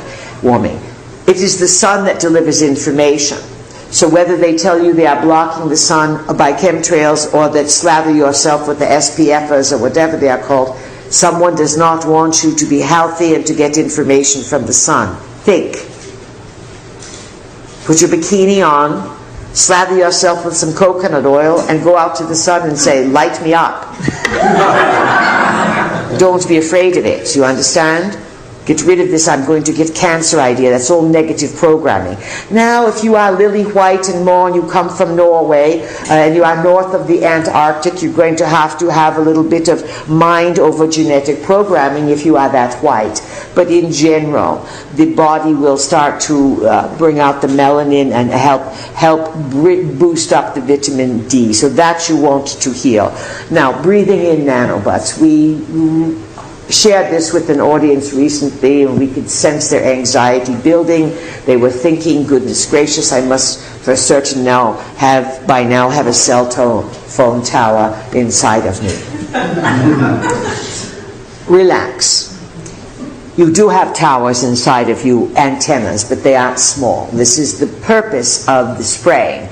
Not only to block out the sun so that you would then breathe in these particles and not get information and the energy from the sun, but also the little tiny particles that are also in all medications. So if you are on prescription medications from 1992 onward, or had taken them for a while, you would be subjected to the experiment of having nanobots inside of you. And it is the antennas outside and the internet and TV programs, especially these high D, whatever they are called, flat screen TVs. They are very powerful. They work with you when they are off, unplugged, everything. Get them out of your houses. Out. Because they can be used on a remote level to set up the antenna inside and to drive people remotely. It is important to understand around the year 1976, for some of you that was dinosaur era. 1976, patents were issued for remote control of human behavior. Do the math. 24 plus 15. It's old technology. How do you get so many nutcases out there shooting, killing, jumping, biting, eating, doing crazy stuff? Lots of them are on meds. Lots of them already have loose screws. You have all kinds of people possessed. Today you call it multiple personality, bipolar, manic depressive. This is all not being in the body, letting other entities come in, and then the antennas there drives the person to do something stupid. And then remote control behavior. And it's run by satellites. So, of course, this is frightening because everyone's got it by now if you've been breathing. You get it? Now, these antennas are not going to be able to be utilized to manipulate you if you are fully present in your body, not running from your feelings, doing funky stuff. and pretending to be something other than you are. The more you take ownership, the more you Virgo up. Again, grooming, groundedness, clarity of mind, taking care of all things, low level on the clutter meter. The more you Virgo up, it's going to be to your benefit. And these antennas don't work because your consciousness supersedes the control of the machines. This is sort of the worldwide game that you are on. Is Hollywood going to play this story out? No, because it would be too much close to the truth. And the humans can't win. They're supposed to turn into zombies. And what's the big push for the walking dead and the zombies? We'll tell you what it is. It's a metaphor for what's in the astral around you. It's literally true.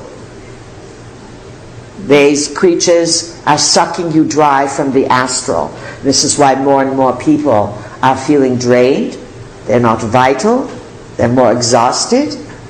Because you are wasting your time and you are not recharging yourself. Sometimes you are living for others, kids, parents, ideals, people. Demonstrate that you care about yourself.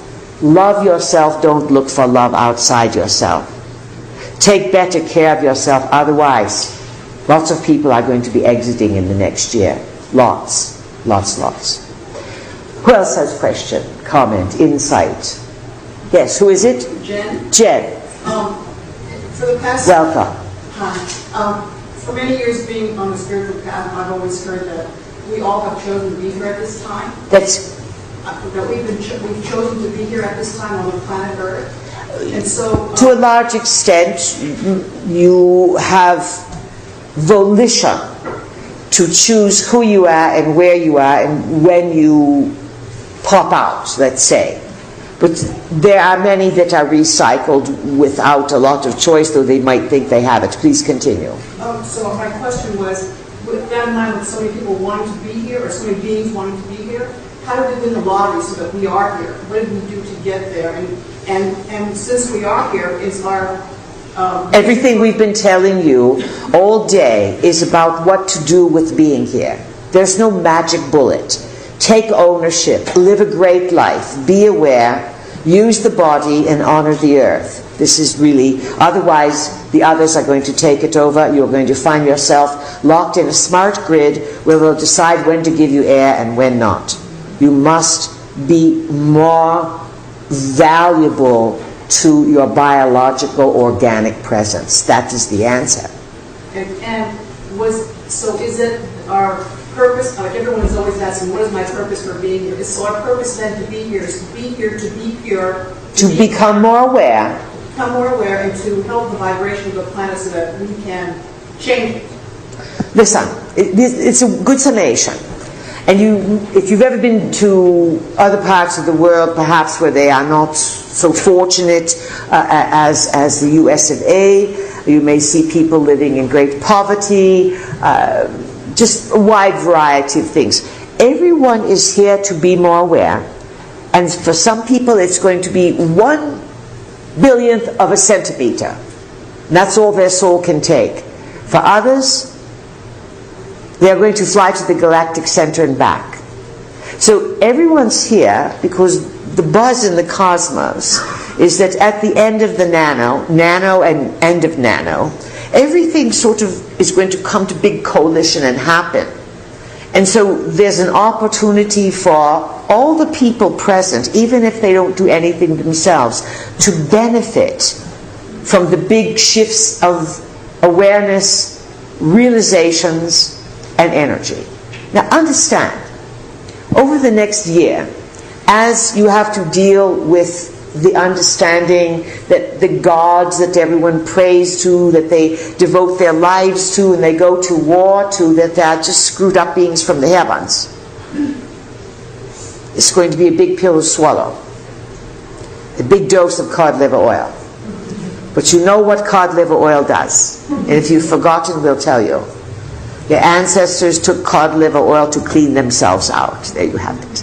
You get what that means. So it's a big clean out that's coming, and it will free everyone. Not everyone will like it. A lot of people will deny it. There will be wars, there will be anger, and you have the probability of what the Anunnaki predicted. And again, they make their prophecies, then they live long enough to fulfill their own prophecies. It's just like a parent saying, if you are really good now, next summer I will take you to wherever. The kid says, wow, that's a long ways away. I can't even picture that. You understand?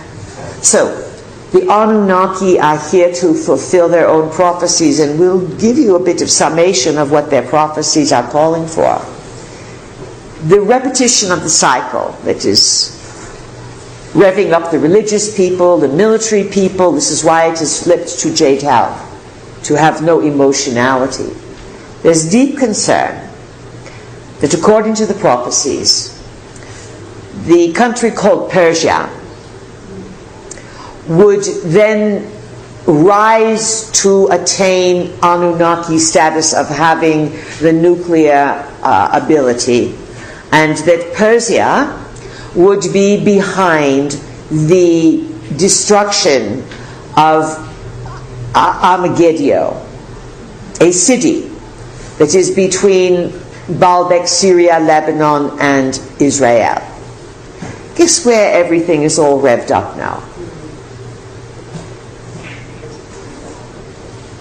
So this is why people are very concerned, because you are closing in on things occurring, and the Anunnaki like to fulfill their own prophecies. If they can get nuclear bombs to start up from Persia into Armageddon in 2 years to fulfill the 72-year countdown, they would feel victorious in recreating regime change. This is part of the scrambling that the human players, the human puppets of the Anunnaki, popes, priests, presidents, etc., are attempting to lay out for humankind. Lots to consider, lots to think about. Our question to you is, which probability do you want to be in? The best laid plans always can be tumbled by consciousness. You vote by saying, I'm not going to participate in that. I didn't come here to be available for that. Let's find another prob, please. That's your power. The decision in any moment to truly set into motion a new vision of how it can work out, if you can have the wits about you to clearly decree these kinds of things again and again. Now, out of the 7+ billion who are here for the big happening, which would be an Anunnaki regime shift, perhaps engaged in nuclear war and return of gods walking on earth, and these gods are going to be big. They have technology that are thousands and thousands of years in advancement of you. They perhaps will come off as big healers. We'll help you, we'll raise your vibration, we'll fix you, etc. But they are deceivers. They are deceivers. And back to a question that was raised earlier about Edgar Cayce being raw, Edgar Cayce giving healing data and medical data and lifting people up. It was all legitimate. But also Edgar Cayce promoted the worshipping of Christ. And if Marduk is Christ, then of course Marduk is going to get extensions of himself to sing his song. You get it?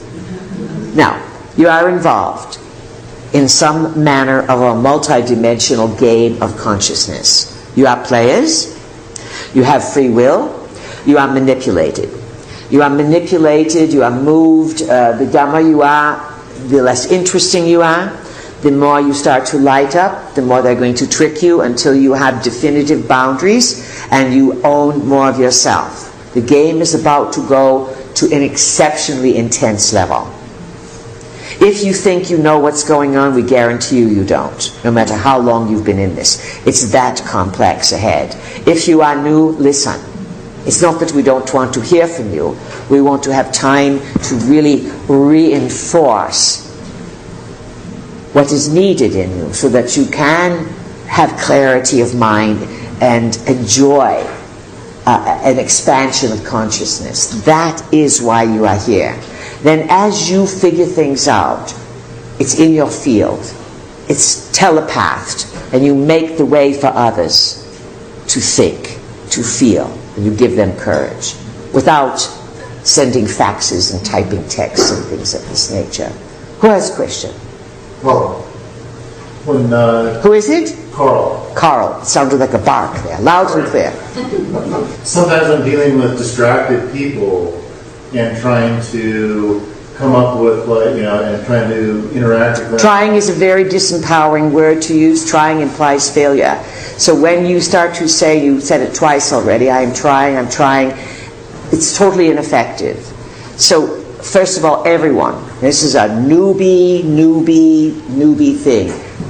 Banish the words trying from your vocabulary. No trying, guilt, worry, should, doubt. If you speak in those terms, then you lose the effectiveness of your intentions and the power of using words to set things into motion. Now, thank you for saying that, because it allowed us to give the lecture. How would you now ask us the question again, please? When interacting with distracted people and conveying thoughtful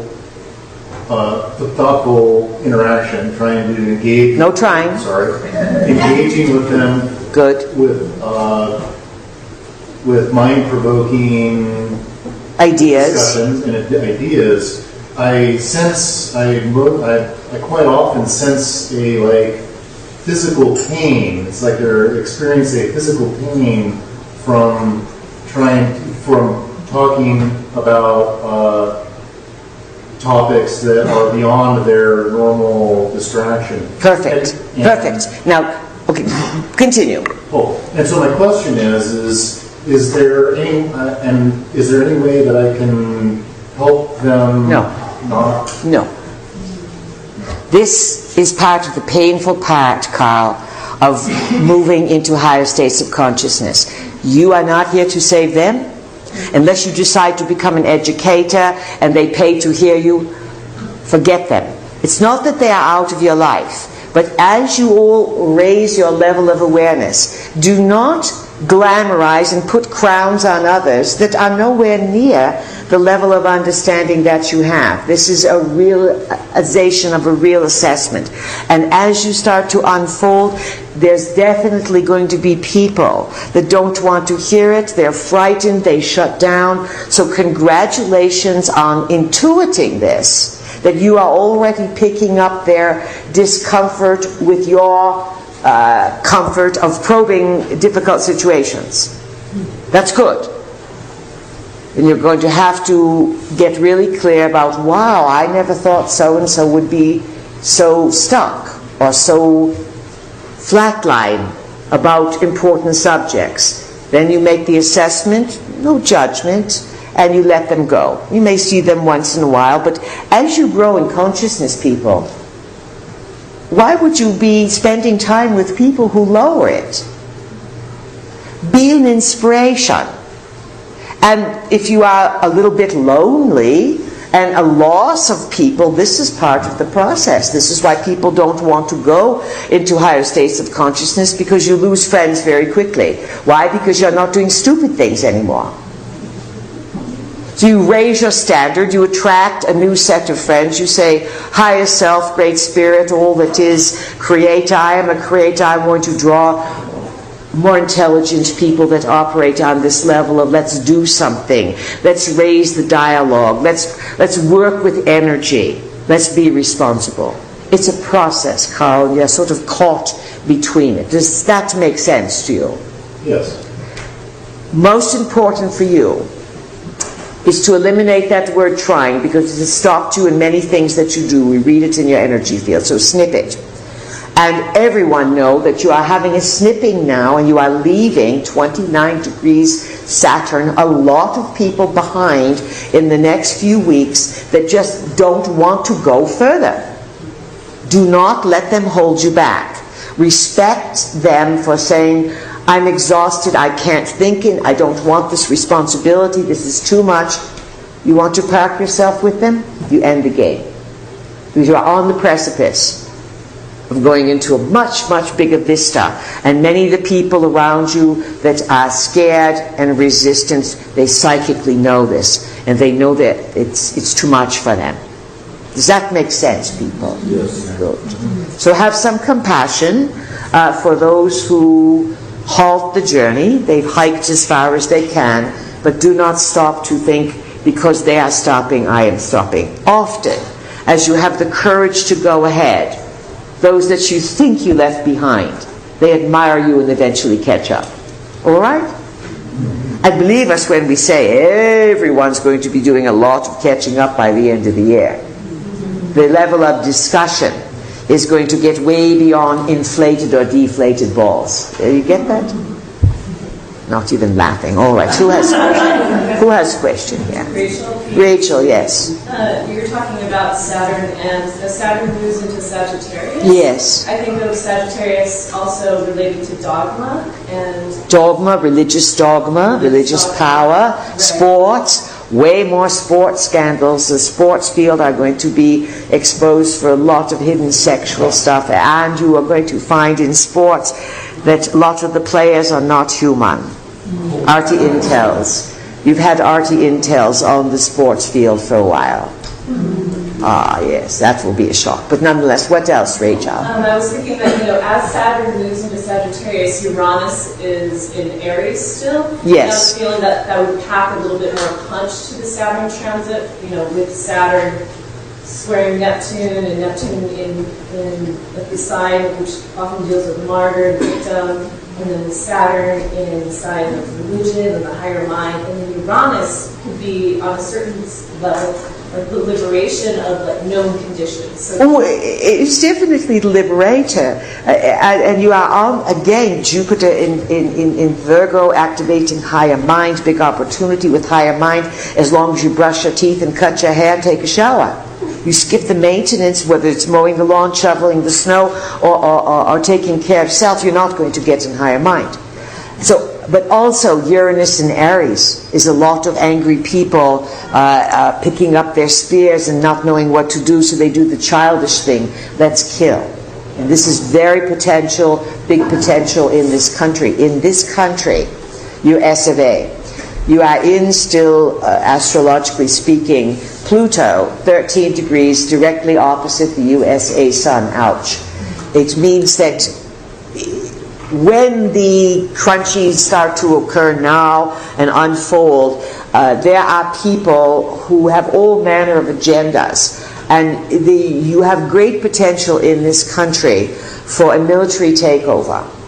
It's already been in the works, and we did say early in the season that it is a probability, summer, autumn, that someone would come on US TV and say, we have arrested people for treason, please stay calm, there's been this and this and this. This is Pluto opposite USA Sun.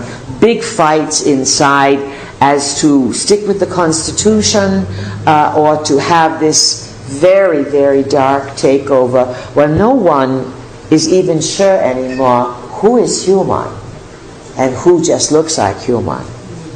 This is on the insider ranks in lots of places around the world. So big turmoil. So people could respond, yes, higher mind, taking it to a new innovation, but you're going to have an element that's going to get scared. You follow this? This is what we want you to counter. I am fine. I am grounded. And the more you stay calm in the midst of this, you help stabilize things. There are some who want people to get to the streets. Look at all the police shooting and all this stuff. But a lot of it is set up. It is set up to create agitation, to create racial discord, to separate the races. You have all this chopping of human body parts to arrange people so no one knows who's a man, who's a woman, and to create then the race wars, the sex wars. then you can't figure anything out because you're all blaming one another. You see how it goes? And then if you text each other, no one looks anyone in the eyes, so no one knows who is real and who is not. It's good though. You'll make it through it. It's not the end of the world. It's a big shake-up. Oh yes. Now, Sparky picked the title Impeccable Timing. And she picked it for good reason. Psychic pick. But this is, if you can accept it. If you can accept, friends, that there's forces in existence. Don't label them. Don't call them light beings or whatever. Just accept that there's good forces, truly good forces, that will match your goodness, that will help you navigate through these times with grace and ease, using your blessed, incomparable, irreplaceable biological computer, your body, that is being fine-tuned and upgraded, if you would receive it. Everybody get this? Yeah. How important this is? Or who else has a question? Mika? Mika, yes. Welcome. I've had encounters with beings who appear to be human and then disappear in front of me. And I'm wondering, besides just recognizing for what it is, or just making the discernment of what being you're dealing with, is there anything else you would suggest we know about? All right, so you had a human being appear in front of you? Well, somebody that's human in my life who has 3 times disappeared while I'm looking at it. And I'm wondering... We are not following what you're asking at all. I'm wondering, besides discernment, if you encounter other beings that appear to be human but are not. Make an agreement with your body that if you ever are in danger, whether it is a lion at the end of the driveway that you haven't noticed, or some energies that would come around in the sleep state or the dream state, or non-physical, or beings that pop in, that your body's amygdala, fear center, will activate and let you know. Otherwise, you will be fine. So that you make this agreement of how to use the body. Body, I want you to let me know by running my adrenaline and giving me the creep factor if there's any time when I really need to be scared. Thank you. So you see now, her answer is an answer that we can give to all people. Use your own creativity and learn to make an agreement with your body that you can say, body, I had no idea that it was my job to love you. It was my job to really become friends with you, to stop criticizing you or depriving you or denigrating you. I love you.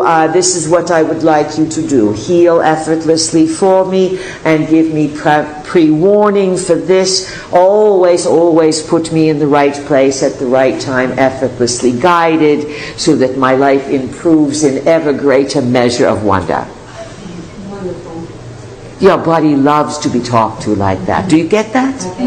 Treat your body as if you would treat the best partner, lover that you've ever had. That kind of energy, respect, without obsessing, is what fuels the cells. The cells say, finally, we're getting some attention here. And if you support them with nutrition, sleep. Sleep is very important. If you're going to deprive yourself of sleep, you are going to shorten your lifespan, you're going to fog up your brain.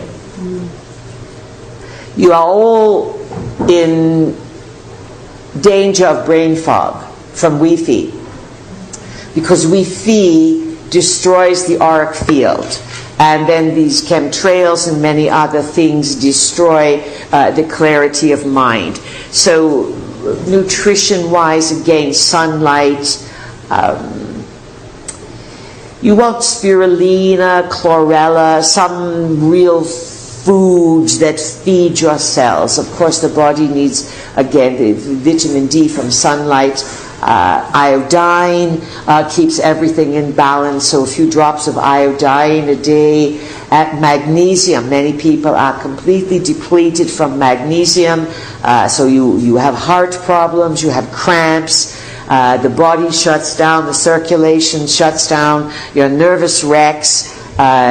Take your clothes off and take a good look at yourself in the mirror and give yourself a fair grading and say, am I in good shape or am I a mess? Not so much the age, but it's how you are maintaining yourself at the age you are. Is your car a mess, or have you taken it to the wash? Have you had it waxed? Is it vacuumed? Do you do that to your body? Absolutely. We cannot emphasize it enough. Because if you miss that step, it's kapui. Questions? Miles? Yes. I heard you mention in the past that there are some people that hold office in government that are humans, but they're not humans like we are humans. And I wanted to see if you could go farther on that, about the difference between our type of human and their type, and do they have the ability to change form and things like that? Do they have a special DNA? Well, it's been known for a long time, at least many, many decades, that secret government in what you would call the pentagon is it called, whatever, 5 sides there, they have had guests. And the guests have come voluntarily, and they look entirely human, except if they want to disappear, they disappear. So for the young gentleman that was here this morning, he's missing this part. Can you disappear? Yes, but you not necessarily accidentally, unless someone wants to vacuum you up in a portal. And we would say this: there's lots of buzz about young men being taken, snatched. It looks like for their DNA. There's lots of very, very bizarre things occurring now, especially in the woodlands, in the national forests, and the governments know this. This is why the next stage is, in the next year or two, they're going to find one reason or another to close down the big national parks and forests that were set up generally by the Roosevelt family from Teddy onward. So, where were we now? The difference between our type of human and theirs being different than ours. It is something that, let's say there are forces who can project or create a biological comparison. It is almost as if it's an outfit that they step into, except it is not wires, RT Intel, as you would think. It would be biological, and that a form of intelligence would simply merge its intelligence with the biological body. It would simply be a vehicle, and it would not want to create a lot of waves, so it would be a blender inner, except that the person occupying it would be able to do things with their mind that you humans cannot do now, because you are more embedded in your bodies than they are. They would be using a body to be here. Do you understand the difference? Yet, if the body were to die, it would depend. It could be set up so that it would simply deteriorate like a human body, but there's been some weird things where the body is simply vacated, and then within a short amount of time, the body almost turns to carbon. So, your scientifics have been scared, the military's been befuddled. Here's why. Because they themselves are not operating with consciousness, and they are often operating with secrecy, greed, hiding things from the public, secret societies, power, and so the entities that they attract trick them. Now, there's been lots of good beings, some from the Pleiadians, some from many other places, who have stepped in over the years and said, hey, if you start telling the truth, and if you use these technologies to heal people, etc., we'll help you out. And they have been, by the greedy humans, refused. it's not so much that humans are greedy, they are possessed by entities that run them, that make them appear. It's because the humans, you don't know how to be in charge of your body. That's your biggest weakness. You're not comfortable being in charge. Who has a question? This is Samantha. Samantha, welcome.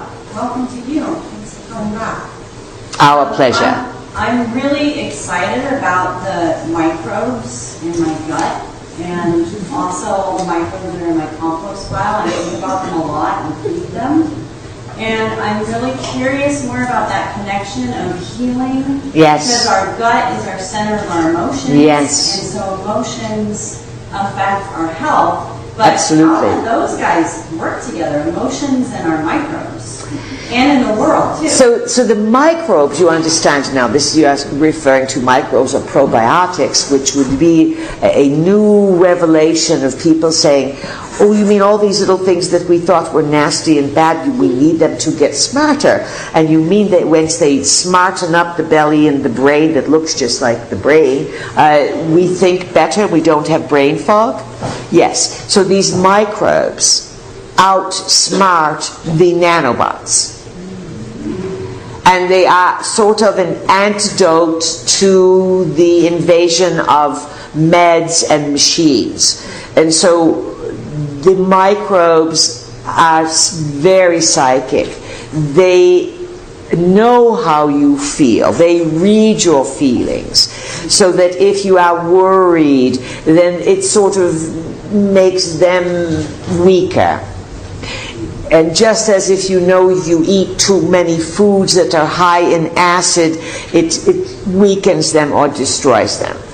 If you eat more fresh fruits and nutrition and hydrate, they thrive. They literally read who you are, so that you will find some of the most worrisome, sickest people have the worst gut bacteria. And they have the most digestive problems, and many of your problems start here in the digestivo area, which would be the other brain, improper thinking, which is improper decisions.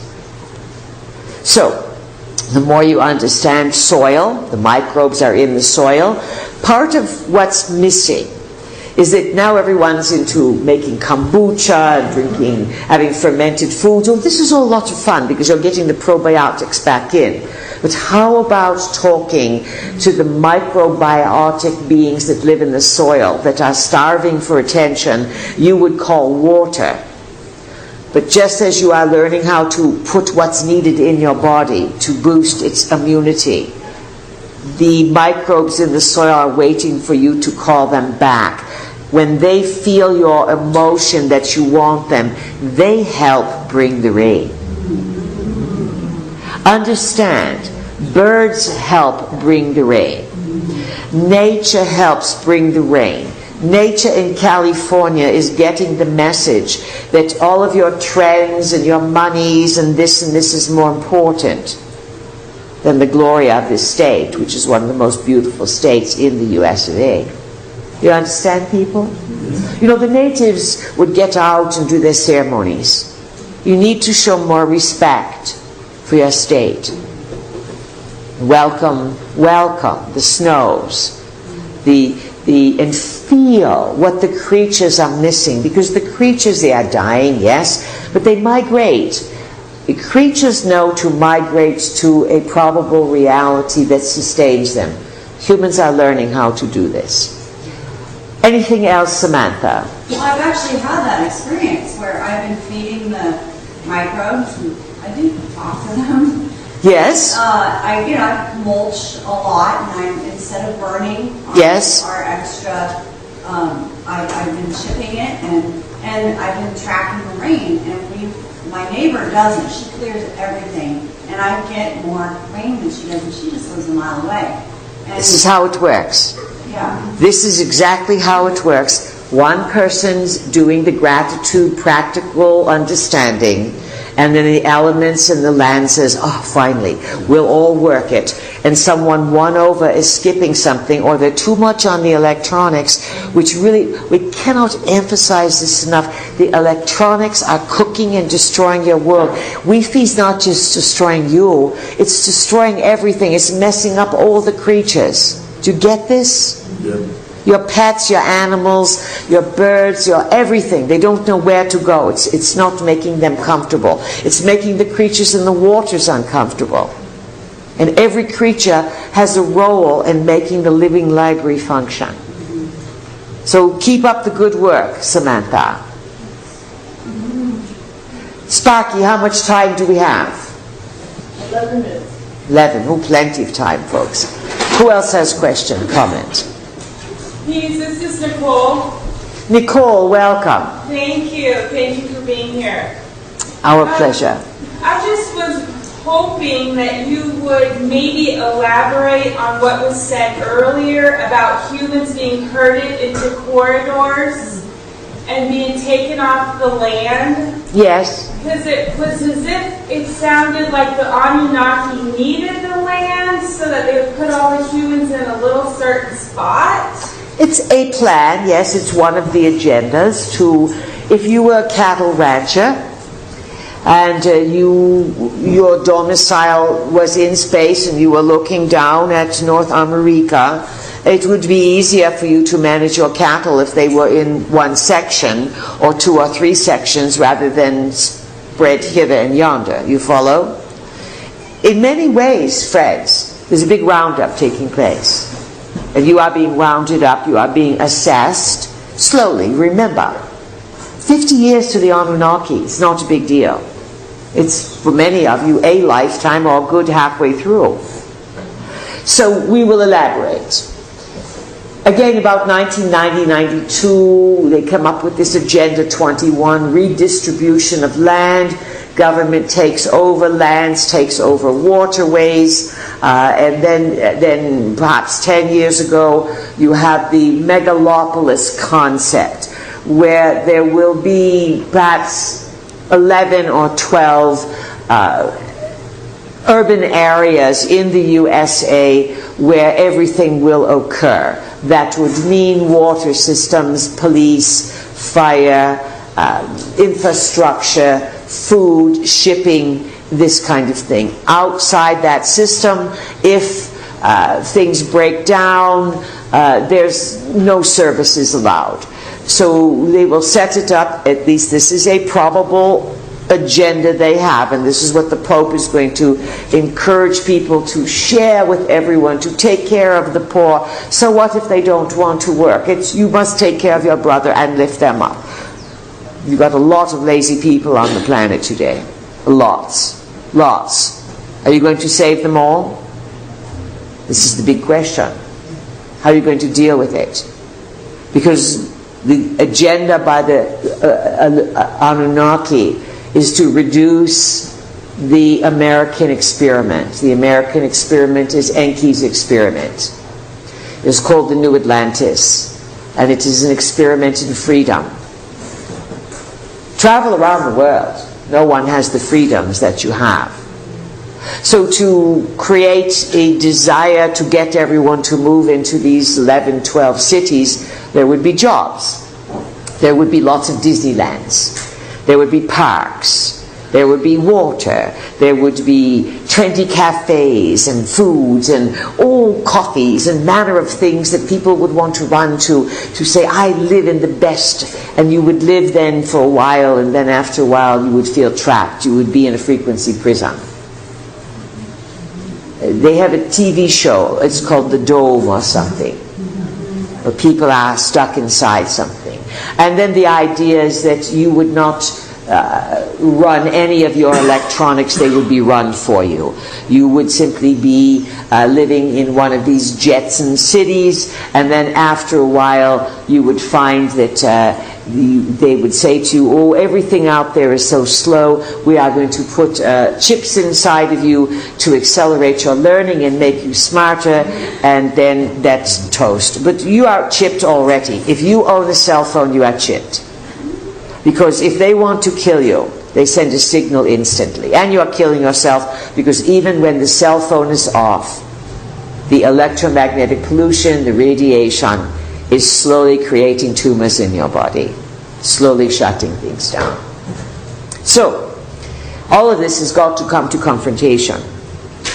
Either humans recognizing that they've been fleeced, or some sort of big turnover. And of course, there's all manner of ways in which this can occur.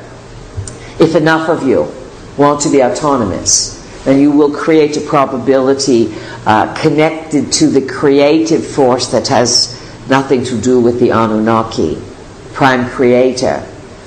The creator of all things is what you have direct contact with using. Who has a question, please? This is Catherine. Catherine, yes. Yes, we talked, years ago about before the 2012 vortex. About? We talked before the 2012 vortex that there could be that the nuclear detonations were stopped because the nanosecond was allowed to happen within existence. Yes, it is true that there were many nuclear goes that were given in the nano years, including by Obama. And either human element and even some human element designed as ET said no, and or other forces shut it down.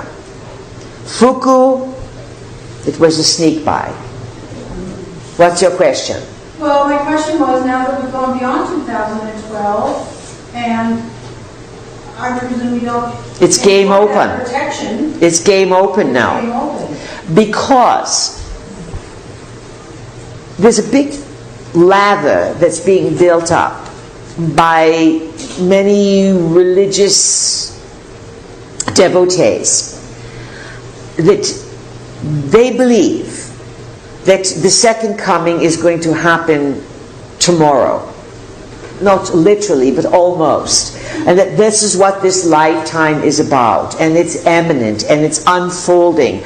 And how fortunate that out of all the times I'm alive, I am alive for the second coming. And so what, this is a big thought form now, so what if the sign of the second coming is preceded by the nuclear destruction of what you call Armageddon, but it is actually Armaggedio, a location that got switched in name to become a word, Armageddon, world destruction, but really is a bastardization of Persia bombing a physical location, which to the Anunnaki would mean bingo, nuclear detonation, blows open the timelines, new era of Anunnaki rulership begins. It's a high probability that this will occur in 17, because it would be 72 years after Hiroshima and Nagasaki. What else, Catherine? Well, I wondered, did they learn nothing, or is there, from the release of the evil winds? It's not been that long for them. It's only been a few years. Here's the advantage that you have. What's been a few years, a few cycles of what they call celestial time? Remember, there are a number of types of time. There's earthly time, 365 days a year. There is cosmic time. What is it? That is the 3,600 year cycle. Then there's celestial time. Celestial is the processional cycle. So what's 2,000 years to these beings when they live, some of them millions? Did they learn their lessons? This is where you are at an advantage. You have these quick lifetimes, you go through them, but as you exit your life, whether you exit young, whether you exit older, if you live at least 12 years, you're going to have big processing that occurs. And you have the ability to gain greater meaning because you have more experience in some regard. In some regard, these Anunnaki live longer, but they learn slower on the spiritual evolution. But they may be 1,000,000 years in advance with technologies. So this is the conundrum, and some of the Anunnaki understand, as we've said 25 years ago, that you are here to liberate the gods with little g. You are here to free them by not needing them, by outthinking them, outsmarting them, and showing them the way through their problems. And now you've reached that point. And of course you're all scared, because they're going to be reptiles and bigger, and they might appear and disappear. Many of these visitors are very giant in stature. We've always said, big ships, big beings. Let's remember that. Anything else, Catherine? That was really primarily it, because I thought that they had a thing where they knew that the flood was natural, but the release of the evil winds was a moral question to them. So that's one of the things I was wondering. They understand, in order to facilitate your ability to claim your power and to free yourself from the Anunnaki, let's say, colonization. In order for all of this to occur in a cooperative, supportive multiverse, other aspects of their colonies are in massive mutiny. So they are scrambling everywhere. So they are making mistakes and doing not so smart things. That's what you are up against. And it's a dark night of the soul kind of thing. Not everyone's going to weave their way through it, which many of you will raise the level of possibility and awareness for others. Who else has a question? This is Rachel. Yes, Rachel. You know, a little louder, please. You've been talking about, going into nature and how that's very nourishing. And for me, being on the Hawaiian Islands and the last time I was in Kauai, it was very disheartening for me. There's the Navy's doing a really big experimentation. They built these new towers on the North Shore, and they've been sending these millimeter microwaves into the ocean, bouncing it off, and then these submarines catch it, and then they, there's a lot of experimentation. There's a sub-ocean war going on because it has been for a number of years. It's a sort of secret thing of advanced submarines and technologies against many of various ET bases that are, as we said earlier, not only along the coast of the western USA, from Oregon, Vancouver, perhaps all the way down, as we said, big time around Catalina. Catalina also is an old enclave of giants. It was one of their sacred places there. So there's bases right under the islands. It's been reported over and over again around Catalina. Lots of strange things, people disappearing, boats disappearing. Same around the Hawaii Islands, which are also being inundated with radiation, as is the entirety of the western coast. Can you outrun the radiation? We did hear the beeper, so we know we are on the home stretch here. Can you outmanage the radiation? It will eventually deteriorate you, but again, the body, if you are on the cusp of discovering how the body works and making it become less vulnerable, more self-healing, if you can make that leap. Otherwise, people will be afraid, and the fear of the lack of stability in society. What am I going to do about my house, my job, my kids? All of this starts lowering the vibration, weakening the immune system, and then again, the body does not have the chance to raise it. So it's not easy to transmute radiation, and there are forces speeding up dumping cesium, plutonium off the California coast, destroying the water to drive people out. Our question is, Californians, what are you going to do about it? How much of the state is really awakened to these kind of agendas? There's plenty of information out there. But lots of people, as Carl said, would rather turn the TV on. It's too complicated to think about. And we would say it's more than complicated to think about. It's the challenge of 1,000 lifetimes that you have put in front of you. How, dear humans, with all your power, are you going to find your way through the obstacle course of this next stage that will challenge you to grow in awareness? Of course, you have the smarts to do it. And of course, if you are clear about what you want, you will attract other forces who respect you, but will play with you and not use you, but support you. This you must come to understand. Offer your blessings. Tonight when you go to sleep, set intentions for the state of California, and let's see if between us we can confound some of the predictions and bring some big water, some sweet water, some nice water, but lots of it without flooding, but just lovely, lovely, lovely activation of rain, water, and the land.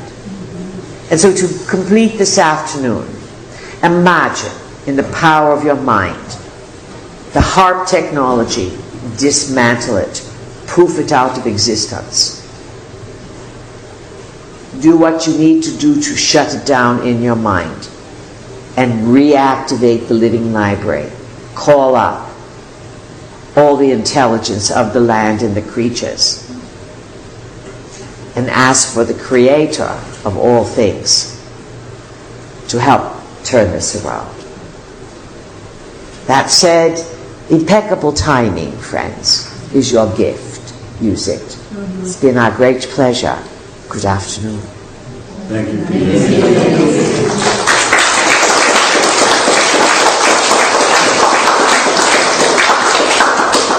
We'll see you again tomorrow. Yeah.